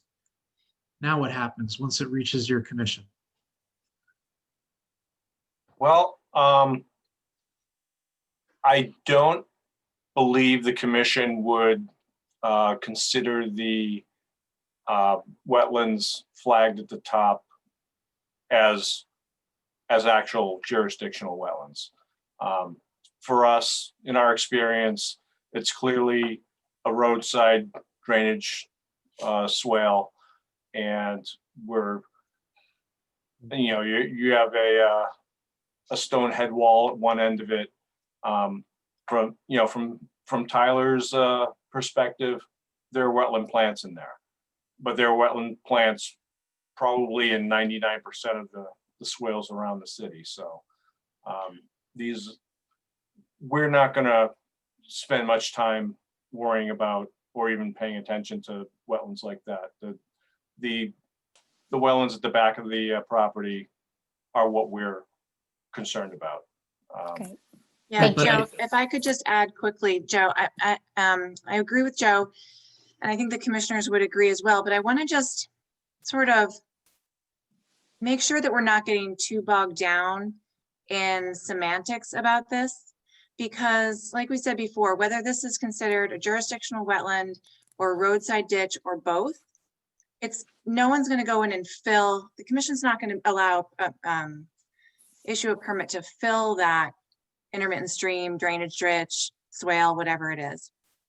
That's going to be protected. The question is whether or not you can do something within the buffer zone around it with the 25-foot no disturb or the 100-foot buffer zone. And I think what Joe's trying to say is that's not the buffer zone that we're concerned about. The Wetlands Protection Act allows work within the buffer zone. Our ordinance allows work within the buffer zone. And there's even exemptions in our local ordinance for work within the 25-foot no disturb zone of stormwater features that have been flagged as wetlands with wetland vegetation in them. This was an exemption that we put in years ago for a project on, or I should say, in conjunction or associated with a project on Perkins Way, and it would be applicable here. So that's why I don't want us to get too worried about what we're calling that feature, the intermittent stream along the roadway, swale, whatever it is, because we would handle it, I believe, the same regardless of what it's called. And the commissioners can correct me if I'm, misinterpreting how they would see that. But I think Joe sort of hit the nail on the head.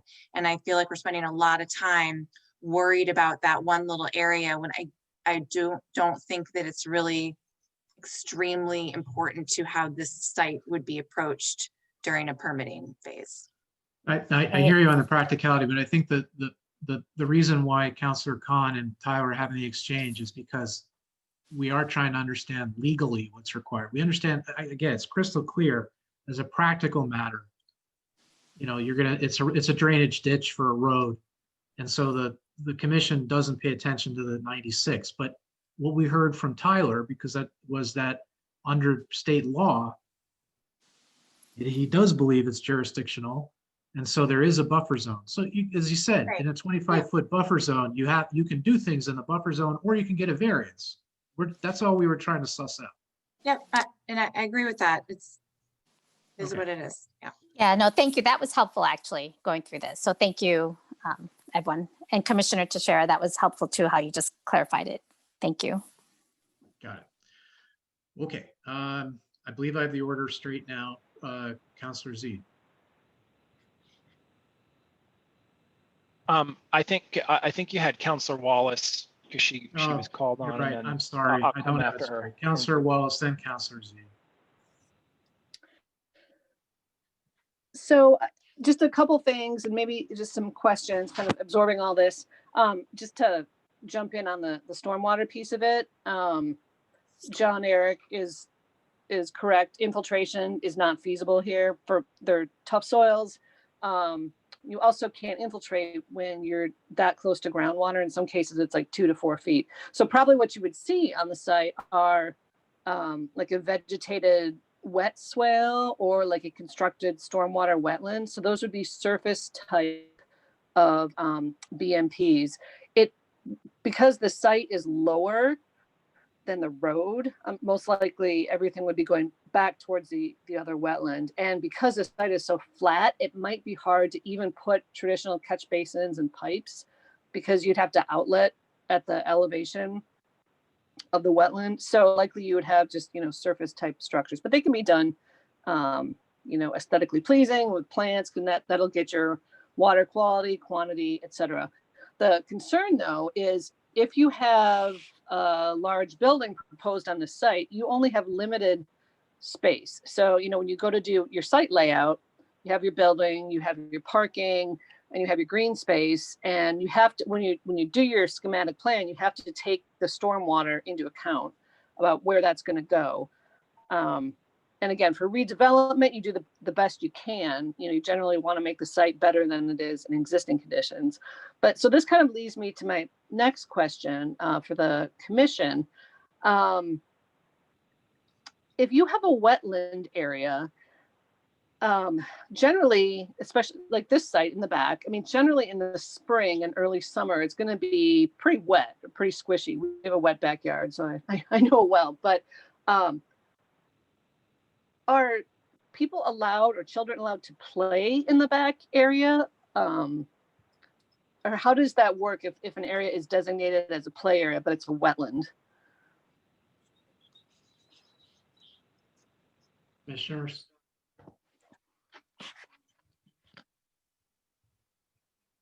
Go ahead, Joe. Yeah, I think in general, in a site like this, we would ask the city to have some sort of a barrier, whether it's a split rail fence, preferably a split rail fence. We wouldn't be wanting kids to be playing in the wetland or anywhere near the wetland, really. Okay. And All right, then, well, Go ahead, go. Counselor, keep going. And then my other question is, and this may be a question for the LSP, but in the back there, there's some upland. And I know in a LSP report, they mentioned that some of the hills back there were man-made.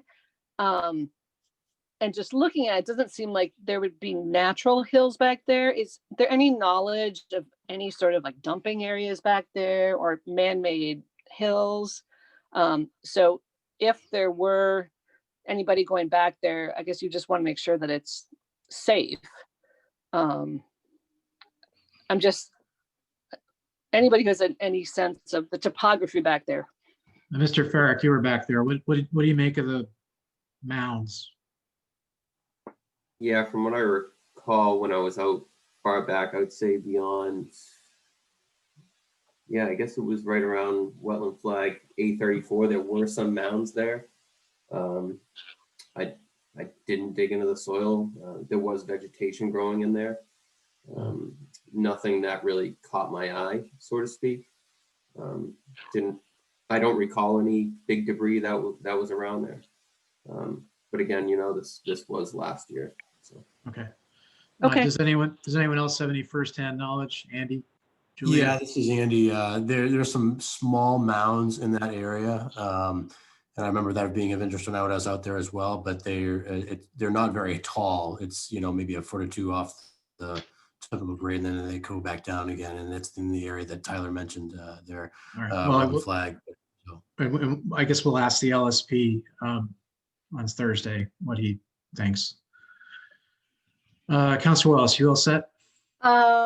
Yes, one more question. Just kind of getting back to the neighbor's property, and maybe a question for the commission. What do you typically see when you have a project come in?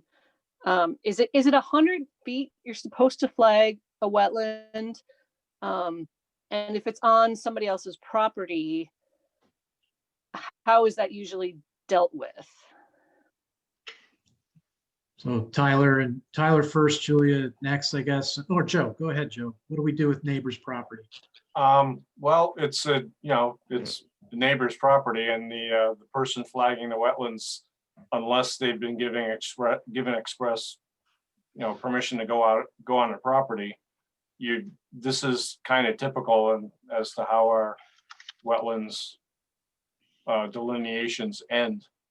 Sometimes they'll take a little stroll on the adjacent property, but with this property, there's a house right there, and I'm not surprised that the lines end where they do.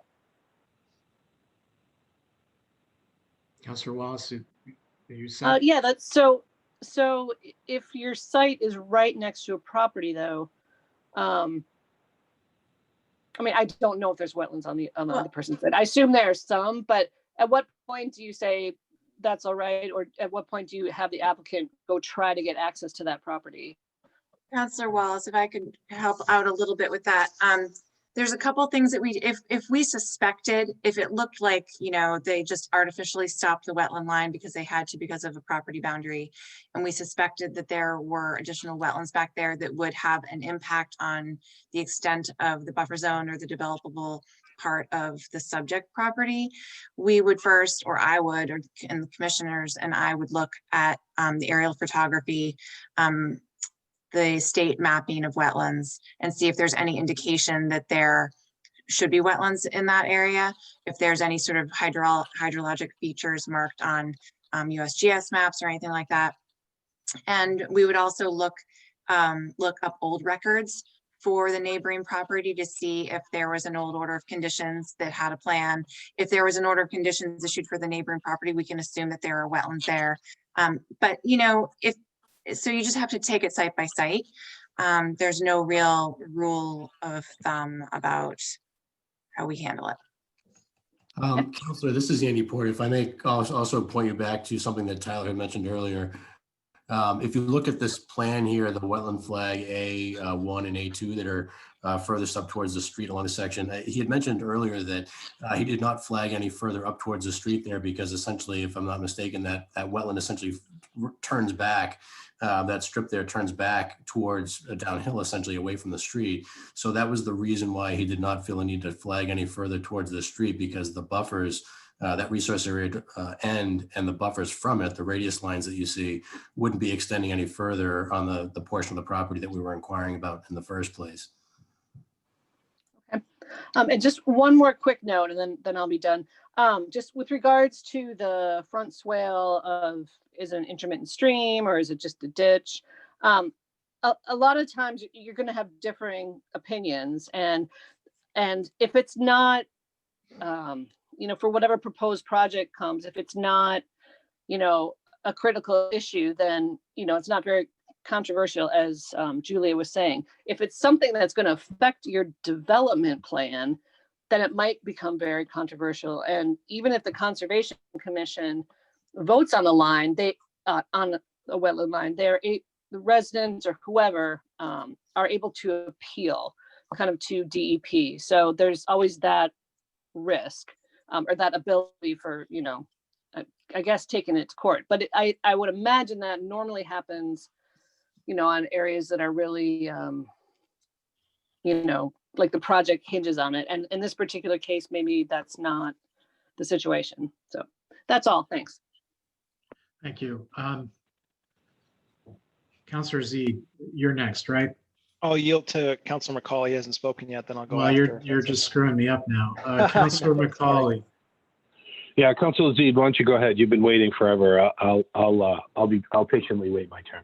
Oh, okay. Well, thank you. Just to jump in, I know it's getting late here, so I just wanted to offer some thoughts of my own, not necessarily maybe just one more question, but you know, it seems like the front part of the site is a debate for people that have more qualifications than me to have. But as looking at it from a practical standpoint, I kind of worry about that front part in terms of, you know, keeping the stream flowing or not. So whether you end up coming to the conclusion that it's jurisdictional, or you come to the conclusion that, you know, you want to get the wetland scientist to basically change what was drawn, which makes me scratch my head. But let's say you go to that conclusion, there's still, you know, you still have to sort of be careful around that. So that's a concern.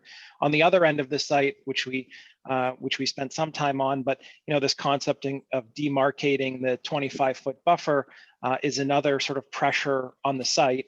The gravel lot that we talked about briefly is another area of interest. And so I just wanted to offer my conclusion. I mean, I don't come out of this meeting feeling hugely confident that this is a great site for development. So the difficult thing here, and I think some of the challenge we're having in answering these questions, is we're trying to play both the city and the developer, because guess what? We're both the city and potentially a developer as well. So there's a question of what you can do, and there's a question of what you should do.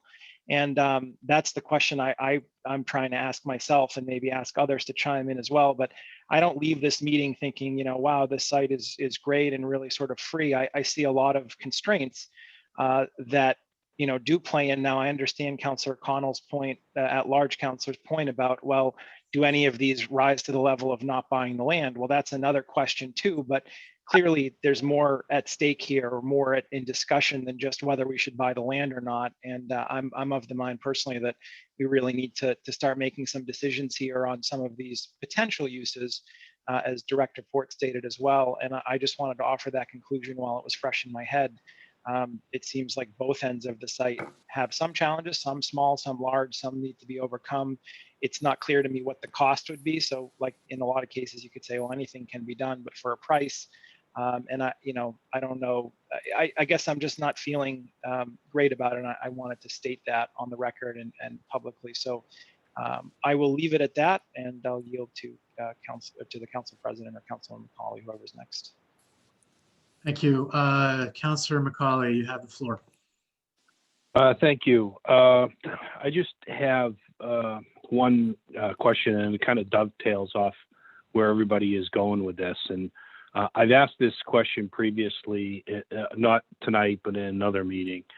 And maybe now that we have the plan out in front of us, can anyone, delineate for me what would be the area that we would consider in play that could be developed that might not have restrictions that can't be overcome, that, you know, I see here it's 2.17 acres, but we know it's not that. We know it's what? I don't know. Is it half an acre? Is it a quarter of an acre? Can anyone with expertise comfortably suggest an area that is, let's say, in play? Thank you. All right, well, that's a tough one to see. I mean, the commissioners probably are going to be unlikely to say that because they don't have an application before them. However, I don't want to discourage them. Julia certainly has the most staff experience.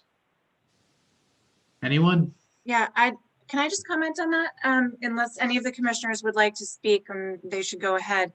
But I think I can speak for them in saying that we see much wetter sites than this brought forward for development projects, sites with much more restrictions.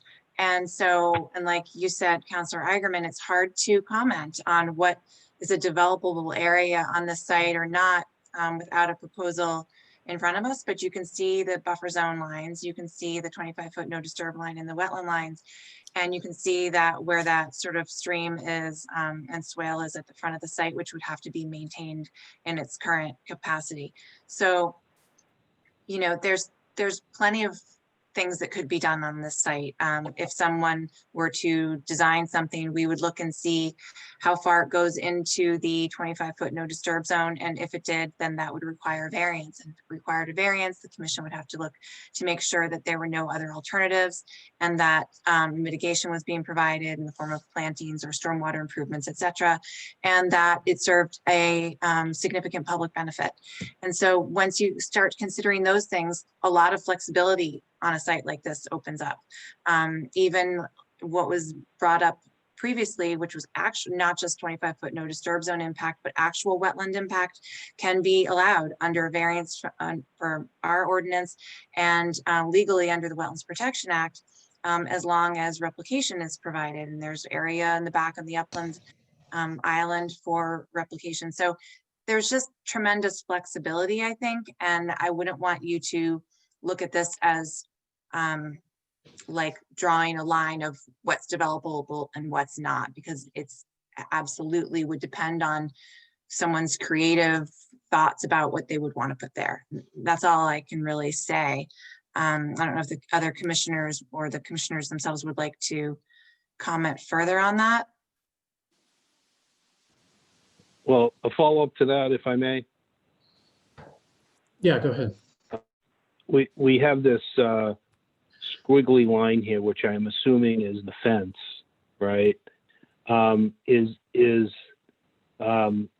everything this side, everything road side of the fence in that creative area, or does it go beyond the fence into you know, beyond the fence into the back part of the lot? That's up to, yeah, go ahead, John Eric.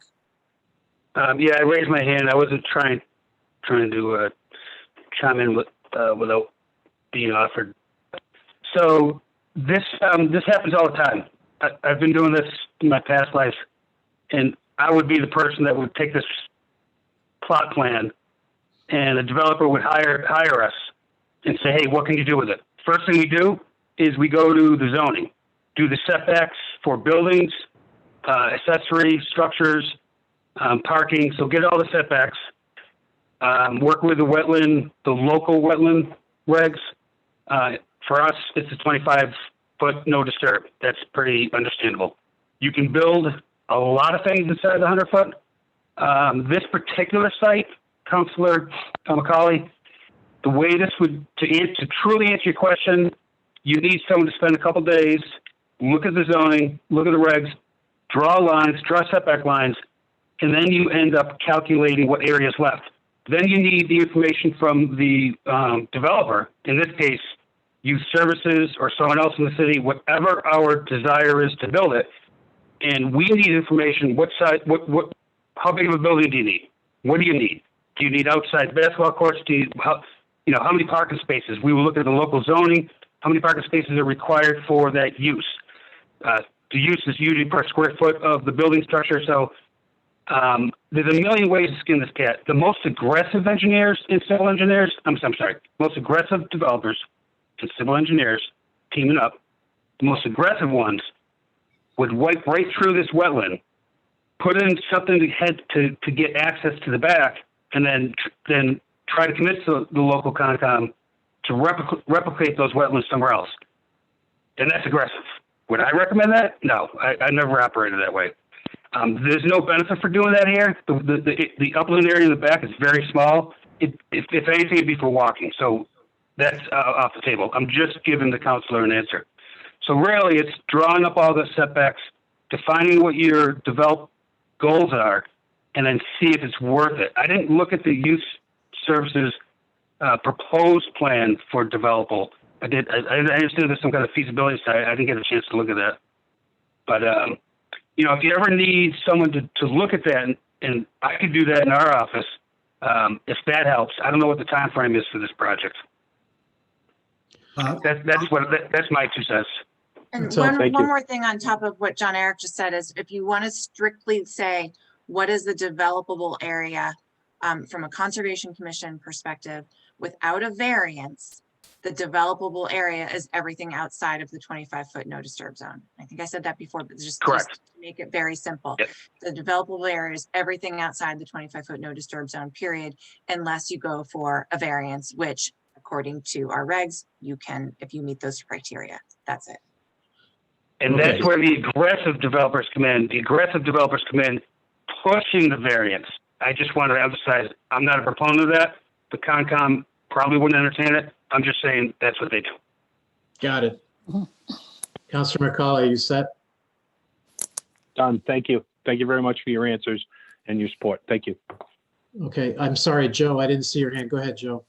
Yeah, I was just going to add that pretty much, you know, the back part of the lot is not going to, you know, the front wetland line, you know, the front wetland line, and really the 25-foot buffer is what we're going to consider the limit of work. Nothing in the back is going to get done really, and even with the wetlands, increasing the wetlands or replicating the wetlands, that's kind of a tough one back there too, because you have to go through all the other wetlands to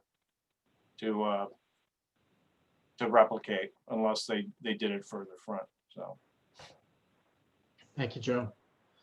I could swear that Councilor Khan was next. I think was Councilor Zede before me. Sorry, I just saw his hand was up too. I could go. Sorry, I know it's getting late in the hour, and I really want to thank the conservation administrator as well as the wetland scientist expert, because I am getting a better sense, and I know Councilor Zede mentioned his kind of thoughts, and I know we're not debating this or the cost of getting into that in this meeting. It's really just focusing on the viability of this project. And from what I heard just mentioned right now, which was helpful from commissioners as well, this is not unlike anything what you typically see before you. And I was actually looking at some of the other maps of previous projects you guys have in front of you. So it seems like, knowing Newburyport, we're kind of used to some of these situations. It's really how you could work through a project. And to me, the stormwater management piece was really, really helpful to understand. And looks like there are opportunities that can be handled. So I just want to thank everyone. I thought this was a good takeaway for me, and I actually learned a lot and have a good perspective. So just wanted to say that. Thank you. Thank you, Councilor. Councilor Z, did you want to speak, or are we? I'll yield. Thank you. Well, you can't yield because there's no one to yield to. Oh, okay. Go to sleep. That'll be what I'll do instead. All right, Councilor Wallace. So to bring up another topic, since we didn't get there yet, questions on the gravel area that's there that I had mentioned. Yeah, in my let's memo. try to hit all the last issues quickly, because remember the commission's been at it since 6:45. Right. So Right. why I don't just you wanted get it- to yeah, make sure yeah, we get it all that. out. Yep. Gravel. So what's the commission do with this? We think we know what happened. What do you do? Well, Joe, do you want to take this or do you want me to? All right. So, this is a tough one. This happens all the time. Typically it happens on Plum Island, or someone calls and says, hey, guess what? My neighbor has this, new shed, and I know that it's not allowed because I had to get a permit for my new shed. And then we say, well, did you see them put it up? No, I didn't see them put it up, but it's there. Well, do you know when they put it up? I'm not sure. And we look at aerial photos and it was a long time ago, or we're not really, it's really tricky. It's technically, it's a violation if they encroached in the, into a wetland area or within the 25-foot no disturb zone. In this case, it's really hard to tell because the wetlands weren't delineated on this site back in 2017. City doesn't own the site. We weren't responsible for it necessarily. I don't know if we were using it or not at the time, but we didn't have this wetland line that we're looking at now back in 2017. And actually, if you look at the aerial photography, if you look at the MyMap system and the state's wetland mapping, if I'm right, and I could be wrong, but if I'm right, I don't think it shows wetlands into the site the way that the wetland delineation we have before us now does. So it could be that someone looked at MyMap or looked at the state Mass GIS wetlands layer and said, oh, there's no wetlands near here, or at least we're further than 100 feet away. And they just went ahead and put the gravel down and parked their cars and thought nothing of it. It could have been that. So we don't have the benefit of going back and saying, you guys knew that there was this wetland here, and here's the wetland line, and here's what you did, and it's a violation, and now there's enforcement, and you have to remove the gravel and revegetate, et cetera, et cetera. It's complicated. Well, if I may, and I know we're almost done, but it's a little different than Plum Island because we've been using this site so that the city was there at the time, right? Yeah, of course it's different than Plum Island. If the city was there using the site in 2017 and the city put down the gravel, that's the city's issue. Then that's the city's problem for us to look at this now. But like I said before, back then, it could have been very easily that no one thought to ask us about it, ask the Conservation Commission about it, because there was no wetland, no indication of a wetland in that area. Well, I'm sorry, I don't, but it would be in the 100-foot buffer. I don't know if it would be. Again, you're asking me, I'm sorry, I can't really answer this because you're asking me how I would deal with this and I don't have all the information about what took place in 2017. Was there an indication that they were within the 100-foot buffer zone at the time or not? I don't know. I don't have that. So it's hard for me to say. There's a lot of things that would have to come into play for us to know how to approach a violation like this. And that's your decision, or who makes the call? Well, it would have to be brought before the Conservation Commission as a potential violation, I guess. Typically when something like this happens, it happens on Plum Island a lot, so I'm just going to use the hypothetical that a neighbor calls and says, hey, this violation took place on this property, I want you to look at it.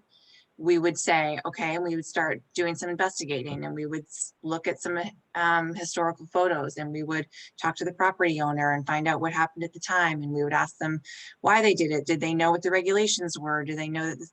So it's just, it's hard for me to address this right now. This is actually the first time that it's been brought up to me specifically in this way. So I don't have information from 2017 other than these photos. Okay, Councillor Wallace, did you have anything else? Yeah, I think the reason I just happened to notice it in the photos, and the reason I'm concerned is because it does affect where the wetland line is flagged now. Because if you look at the wetland flag, it's like a linear, like right along the gravel area. So the question is, would the wetland flag have been different 2 years ago?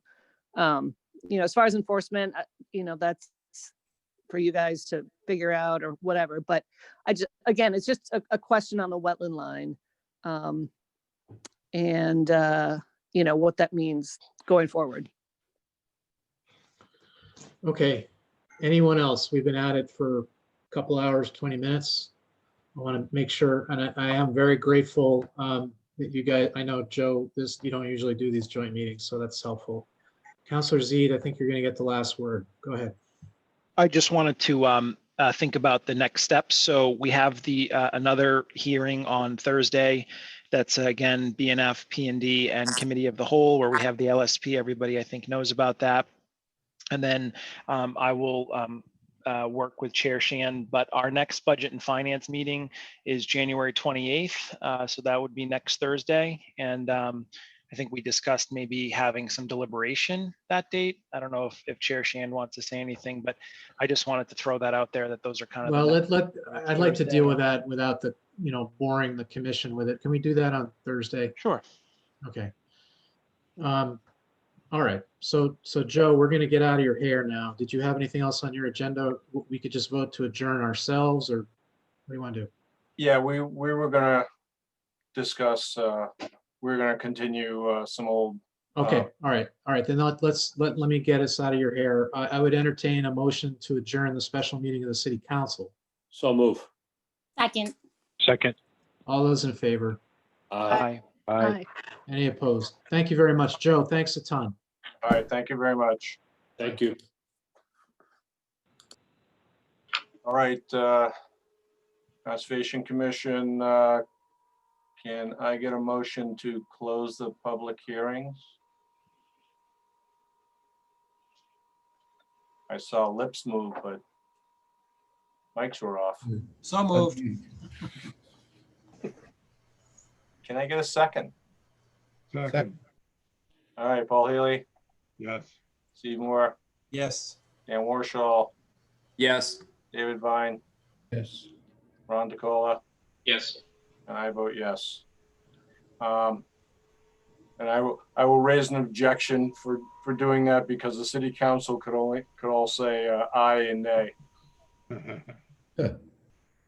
All right, so I would like to get some Plum Island updates if we can. Unmute myself, sorry. Oh, before you do that, Julie, I want to thank Tyler and John Eric for chiming in tonight. Absolutely. On a sec. So, Plum Island. We have, wait a minute, are there participants here? No, okay. Yeah, thank you very much, John Eric and everyone else. So Plum Island, I assume you guys all took a look at the pictures that I emailed of Reservation Terrace and the damage out there. So the mayor had a phone call this morning with Lieutenant Governor and Secretary of EOEA and Senator Tarr and DEP and some others to talk about short and long-term solutions for out there. And it's hard to even use the word solution because I don't know that there really are any, but there wasn't much progress from that meeting. It was a lot of discussion and sort of educating those other folks about what this kind of situation we're in and asking them for help and them, offering to start working on it with us. So MEMA was there and they offered to work with the city on helping some of those residents in that area if they want to elevate their houses on pilings, if they want potential buyouts and things like that. So that's something that would maybe be open for discussion with some of the residents, because I know at least one resident out there is staying at a hotel right now, had to leave his house. And if the damage gets worse, and you could see from one of the photos that the roadway is now being undercut on the water side, if that continues to get worse, it could cause the city to have to shut off water and sewer for the neighborhood, which I believe is something like 18 homes. So there's a lot to work through out there and not a lot of apparent good solutions. That's where we are. Oh, when they put the core bags, I forget how you pronounce that, down on the central part of the island, I mean, they seem to work fairly well because they're larger than the you know, the super sandbags that we just used. Mm. I mean, I'm sort of reluctant to suggest any short-term solutions because they don't seem to work at all. But those did seem to be, they lasted a couple of years down there. Yeah. They were a lot more expensive. Well, that, yeah. Yeah, And chime in whenever you want, Councillor Z. Oh, thank you. Yeah, I don't want to cut anybody off. I'm happy to speak to. Sorry. Oh, go ahead. I just thought I would stay on for the update as well. I was out there yesterday taking a look, and you know, unfortunately, the road has been severely compromised. You know, a lot of it has broken up. DPS took out, from what I understand from a neighbor, you know, a significant amount of asphalt was just taken out. It was just broken up chunks, and there was a concern last week about, you know, even if you could do something, what does it look like to get equipment out there? And if you go out there now, you can pretty much see underneath the road. So the water is going underneath the road. It goes out underneath on one side and comes out on the other side. That's how compromised it is. So that's definitely a significant concern. The vast majority of the bags, I apologize, I didn't see the photos, but I'm just imagining what they look like since I was out there. You know, they're all sunk down into the sand at this point. So they're not really providing any measure of protection, and the block wall that had been there since the late 70s, from what I've been told, you know, is just sort of really destroyed or trashed. It sort of fell forward towards the water. There's parts of it that are exposed now. You can actually see where the line goes, where it used to go connect to the other line of blocks on the other side beyond the paper street. So if you're on Reservation Terrace, you cross the sort of paper street portion and then you get back into the pavement. The situation is just, it's absolutely miserable, to be honest with you. I mean, it's very disheartening for the efforts that have been made out there, and residents are very despondent, and everybody's looking for a solution. And that solution, you know, is a question of physicality. What can you do out there? What could you do out there? Physically, literally, what could you do in terms of equipment? And then obviously you have the regulatory side, which is your area of expertise. And then you have the funding side as well. And I have to profess my frustration or disappointment. I'd hoped today's call would have been more productive, since, you know, Julia knows this well. We've been, you know, and residents know this well. This isn't like a yesterday problem. This is a 5-year problem that's been brewing over time. So it's pretty bad. If you haven't been out there, it's definitely worth a spin just to see it for yourself. It's almost unbelievable, honestly, even from 2 years ago or 5 years ago, when the kids were out there planting seagrass on the freshly nourished dune. So it's just bad. It's just bad all around. You know, so any creative thinking is really welcome. And I just don't. I mean, I had spoken to Julia and said, well, what about, you know, maybe resetting the blocks back to existing conditions, the ones that are out there, not the ones that were removed. But again, we're back to the physicality problem that there's concern about driving equipment out over the street. So it's just sort of a confluence of problems that are very challenging. And so if anybody, you know, I think this is like it takes a village kind of problem. Any ideas, I think, you know, brainstorming would be more than welcome.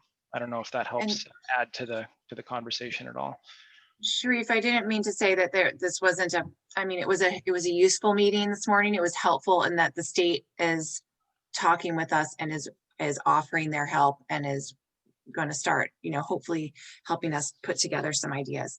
But it's just that there weren't any, you know, earth-shattering new ideas that came forward this morning. Other than 500,000 cubic yards of sand, I don't know what's gonna, you know, if you reset the blocks, there's no beach for the, you know, you look at this, there's no beach, and they're just gonna get immediately undermined and lean forward again. And Anders at GZA suggested that 2 options that he could think of that would actually potentially work. One would be driving like steel sheeting down, and the other would be essentially stone and like creating a stone revetment, which would have to be huge and extremely expensive. And, you know, there goes your beach in that situation as well. So DEP probably wouldn't allow either of those either. I mean, just they would not.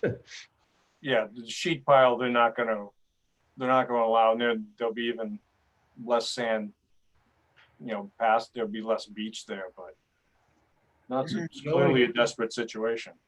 The only thing I can think is if there's such a thing as a temporary solution or an emergency allowance in this case. I mean, for something. I think that's what you should be probably prepared for, is for them to come with some sort of request for an emergency something or other. We don't know yet. Them as in DCR?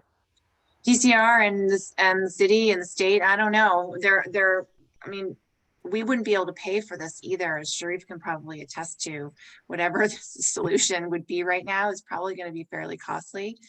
So my guess is that DCR and the state are going to be getting involved in something. Sharif, do you have any thoughts about what? No, I mean, look, there's no question. I think money is a perennial or forever challenge, right? And in the past, I think that in previous iterations, we've approached the issue from the money side first and said, what kind of money can we get? And then figured out how to best deploy it. In this case, given the situation, you know, I think there was general consensus that getting the regulatory aspect squared first made more sense, because, you know, coming to this problem with another 20,000, 40,000, 50,000, probably just intuitively we know is not going to provide you with, you know, any sort of measure of work here. You need something more substantial. And that's why I think the pathway was directly to the Secretary of EOEEA to say, okay, what do you want to do? And then I think the next battle, that's why I had gotten notes from today's meeting, and I sort of had this built up that we would get a plan or something today. I guess that's why I feel a little bit disappointed, but we'll take the good, which is that at least they're listening and they seem to be understanding. We're trying to warm them up, so to say. I wish some of them would come and see it for themselves. So there's no question money is a big challenge, always is. But I think this time around, we are looking to square away the regulatory aspect first. And so if there is any dispensation for, say, a temporary sheet pile, I know temporary is a very favored word, and I think anything would be temporary here, then great. Then the next battle is, okay, how do you make that happen? And I don't know the answer. I do know that the city, we bear substantial risk here on the city side, of course, the infrastructure, which we talk about endlessly. And then we have a lot of valuable property, which, continue to receive their bills and they pay them. And so that's another sort of risk for us. And it's just, again, there's just we're cornered, frankly. There's no other way to say it. My fear of putting in temporary steel is that you're just, because of the wave refraction off of that, you're just going to move the problem upstream and downstream, and maybe even make it worse. I don't know, David. Maybe you could speak. The end scour, which is happening at the end of the jetty, that'll get just moved down to the end of the sheet pile, because those waves all come right in and turn right at the shore. That's one good thing that did happen today is DCR released a study that they have been working on for years called the Upper North Shore Regional Sediment Management Study. And it looks, and I think I've mentioned this to you all before, they hired an outfit called Applied Coastal Inc., which has worked up and down the East Coast on this type of sediment transport issue. And they basically did an analysis of how the current's moving in the mouth, what that's doing to sediment transport, and then what the solutions potentially could be. It's I'm going to send it to you when I get it. It's a really dense and full of critical information kind of a report that should guide any long-term solution out here. But essentially what it says is that the problem is the jetty, which we all know, and the real solution would be a weir in the jetty, which is something we also all know. The question is how to get the Army Corps of Engineers to agree to do it at this point without taking 30 years. So. I just wanted to add too that, about the end scour comment, because I think that's a fair point, and always a challenge with this is you don't want to move the problem around. But I just want to say that every storm we go through, what you're looking at in this photo is definitely ground zero. I mean, this is the heart of the problem, but it's also pretty amazing to go and walk down towards 69th Street or up the other way, more towards, say, 73rd, 77th, et cetera, or 77th, pardon me. I mean, the scour there, for example, yesterday, there was a telephone pole that was previously like fully buried. Now you can see like, several feet of it below. They've already removed the power off the pole and they're waiting for Comcast to come out and move the cable so they can get rid of the pole. They put a new pole in on an emergency basis. So I guess my point is that every storm, every year, the expanse of the problem grows. The 69th Street area, which is still relatively safe in the grand scheme of things, especially when you compare it to what you're looking at here, the scour there and the steepness of the scarp is actually pretty amazing. So unfortunately, I guess what I'm trying to say is one argument for not sort of just saying, okay, well, I don't know that we can do anything here, is that we're actually growing the problem in both directions anyhow. And so that just increases the number of homeowners. It increases the amount of the sewer system that's at risk.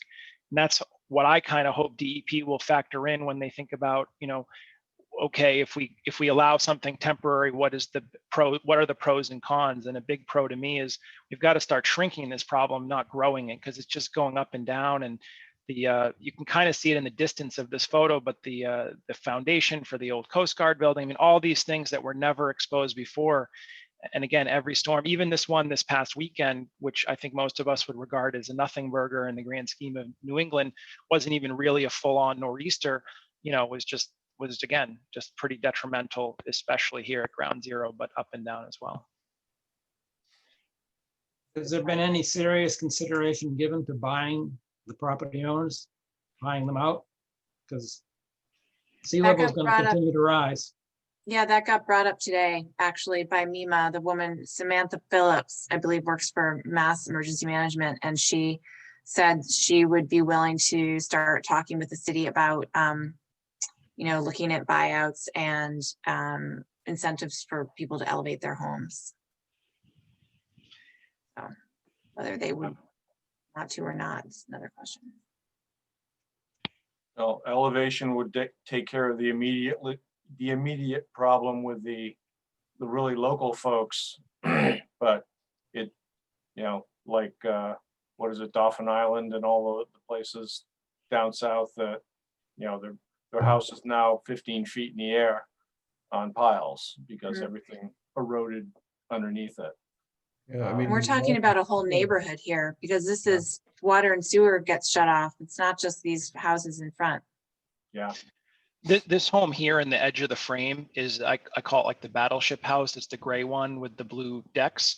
That's on pilings there. And Julia probably knows this house well, but they used to park their cars underneath it. And just to give you a sense, I mean, yesterday, it's probably filled in with 8 feet of sand underneath. So that the distance between the top of the sand and the bottom of the building is like 4 feet now or 3 feet. It's almost like a crawl space. And the home behind that one is the one that got absolutely destroyed in the April storm. And again, another thing you see when you go out there is the high water mark. It's probably up to my waist, right, or halfway up the windows on the bottom floor. The house is not on piling. So just again, giving you sort of a sense on the buyouts. I mean, there hasn't been any serious conversation on the city side that I could say I've been a part of or heard of or seen anywhere. Along the way, if the state, I don't know if the state has a program to that effect.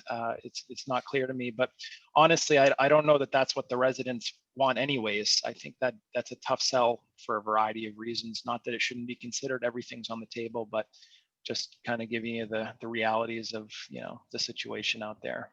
Oh yeah, no, I'm well aware of the realities. It's not a good situation. And one last thing, I apologize. I mean, I think, I'm concerned that we're going to get back into the territory of self-help. And I know that, that has its own whole world that goes with it. But I do think, there's a lot of frustration, and I just don't know where this goes in that respect. And I know that self-help is not generally, it's not really considered a good idea. But people also are feeling like they're at the end of their rope. So I don't know if, one thing we could do is try and, if a resident does want to do something on their own property, could we help them in some way to do that? You know, maybe that's something we could talk about. I'm just trying to find a way out. I mean, I really think we're one storm away from losing a house, or you know, it's that serious. So, you know, I don't know all the ins and outs of everything, but fast tracking stuff or offering some help and some consideration for that may yield a better situation than just people sort of going off and doing what they wish, Yeah, which can have its own detrimental effects. the problem with the self-help and one property owner doing something like happened in Newbury means they've transferred it to their neighbors. Because I remember when they did all that self-help out there, I remember somebody's deck somebody who didn't put up any stone, their deck got wiped out. You know, everybody else's property was fine and their deck got wiped out because of N-scour. So, you know, that beyond that, our hands are tied by DEP. You know, we could say, oh yeah, go ahead and do that, and DEP will come in, and if they haven't agreed with it, they'll come in and you know, and hammer everybody involved. The state, you're right, Joe. The state is going to have to tell the city what they will allow right now. Short term, medium term, long term. And I think there might be a short term, medium term, and long term here. I don't think it's just a short term, because we don't have time for something significant in the short term. There needs to be, like Sharif said, the next storm. It's just, that wasn't even a large storm over this past weekend. And look at these blocks. So we need something immediately, and then we need something sort of temporary, and then we need the real long-term solution. And they're gonna have to be letting us know what that can be. And I think we're on the way to that. I think that call this morning was them agreeing to do that for us. We just need to see what that's gonna be. I think the best long-term solution is, like you said, get a weir in the jetty. Yeah. And you're gonna have to get our representatives and senators to light a fire under the Army Corps to get that done. Yeah, well. And that starts getting into the going back, I think it's a 202 or something like that, Julia, where they caused the damage, or Oh, they yeah. acknowledge it, but they have to study it first, and that could take forever for the. It's called the 111 study. Remember talking about that?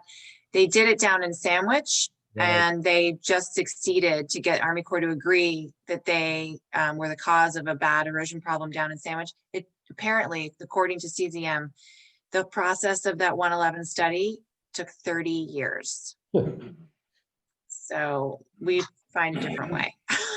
Well, at least we have two senators that may be chairs on relevant committees that can light a fire under the Army Corps. Supposedly there will be a meeting. When I talked to Senator Tarr's office last week, there was supposedly there's been headway on getting a meeting with Army Corps. And my personal view is I don't see a problem with using a 111 to maybe try and get the conversation going on a dredge. So yeah, it might take 30 years to get them to acknowledge. I mean, remember for those of us on MRBA, they put themselves on trial and then they found themselves not guilty. If you recall, right, they published a 2-page report and said, well, the jetty had nothing to do with it. And the groans in the room, I'll never forget them from the neighbors. So, you know, but if a 111 helps push the timeline up on a dredge, then maybe that's a useful exercise. And this isn't the first time I've mentioned that. Everybody sort of regards the 111 as a third rail. So you have to approach it, you know, you want to be careful with it because you want to have a good relationship with the Army Corps. But in this case, you know, I think there's general appreciation, I'll call it. I won't call it consensus or agreement that the jetty is a big part of this discussion. So any sort of effort on that is certainly, you know, would certainly help. Anything would help, any attention to it or consideration or discussion of it. Right, we need to make sure that the Army Corps picks the Portsmouth Naval Shipyard dredge to get on their list of projects to be done because the Army Corps has already said they'll transfer, what, 250,000 or something cubic yards or however much it was to protect the end of the jetty. So, which protects this area. Yeah, that would be offshore placement of sand, but it would nourish the whole island, so. Well, they were talking about putting tens of thousands of cubic yards in the, right behind the jetty there too. Well, the sand from the Piscataqua would be, they were gonna deposit, like, under normal circumstances, they would deposit it off of the Isle of Shoals. Yeah, okay. We would have to pay for them to bring it down and do offshore near shore placement off Plum Island. Yeah, Plus But it's, the Merrimack sand, they could There put was a on. Merrimack dredge that was gonna go there. yeah, it's glacial till too, so it's not ideal, I think, it's not great for beach Right, placement. right. No, it was the Merrimack dredge. Sorry about that. There's a lot of sand out there for us. Yes, You just get it. there's tons of sand. Just not where we need it. All right. Anything else? Just thank you for including me and welcoming me. I appreciate it. Of course. You're always welcome, Sharif. Thank you very much. Okay. We have anything else? Nothing. Okay. Motion to adjourn. Second, All right, Paul Healy, yes. Steve Moore, Yes. Dan Warshall, Yes. David Vine, Yes. Ron DeCola. Yes. I vote yes. And I want to be able to do a voice roll call. Where's Andy? I want to yell at him. All right. Good night, everybody. All right. Night. Good night. Thanks, Joe.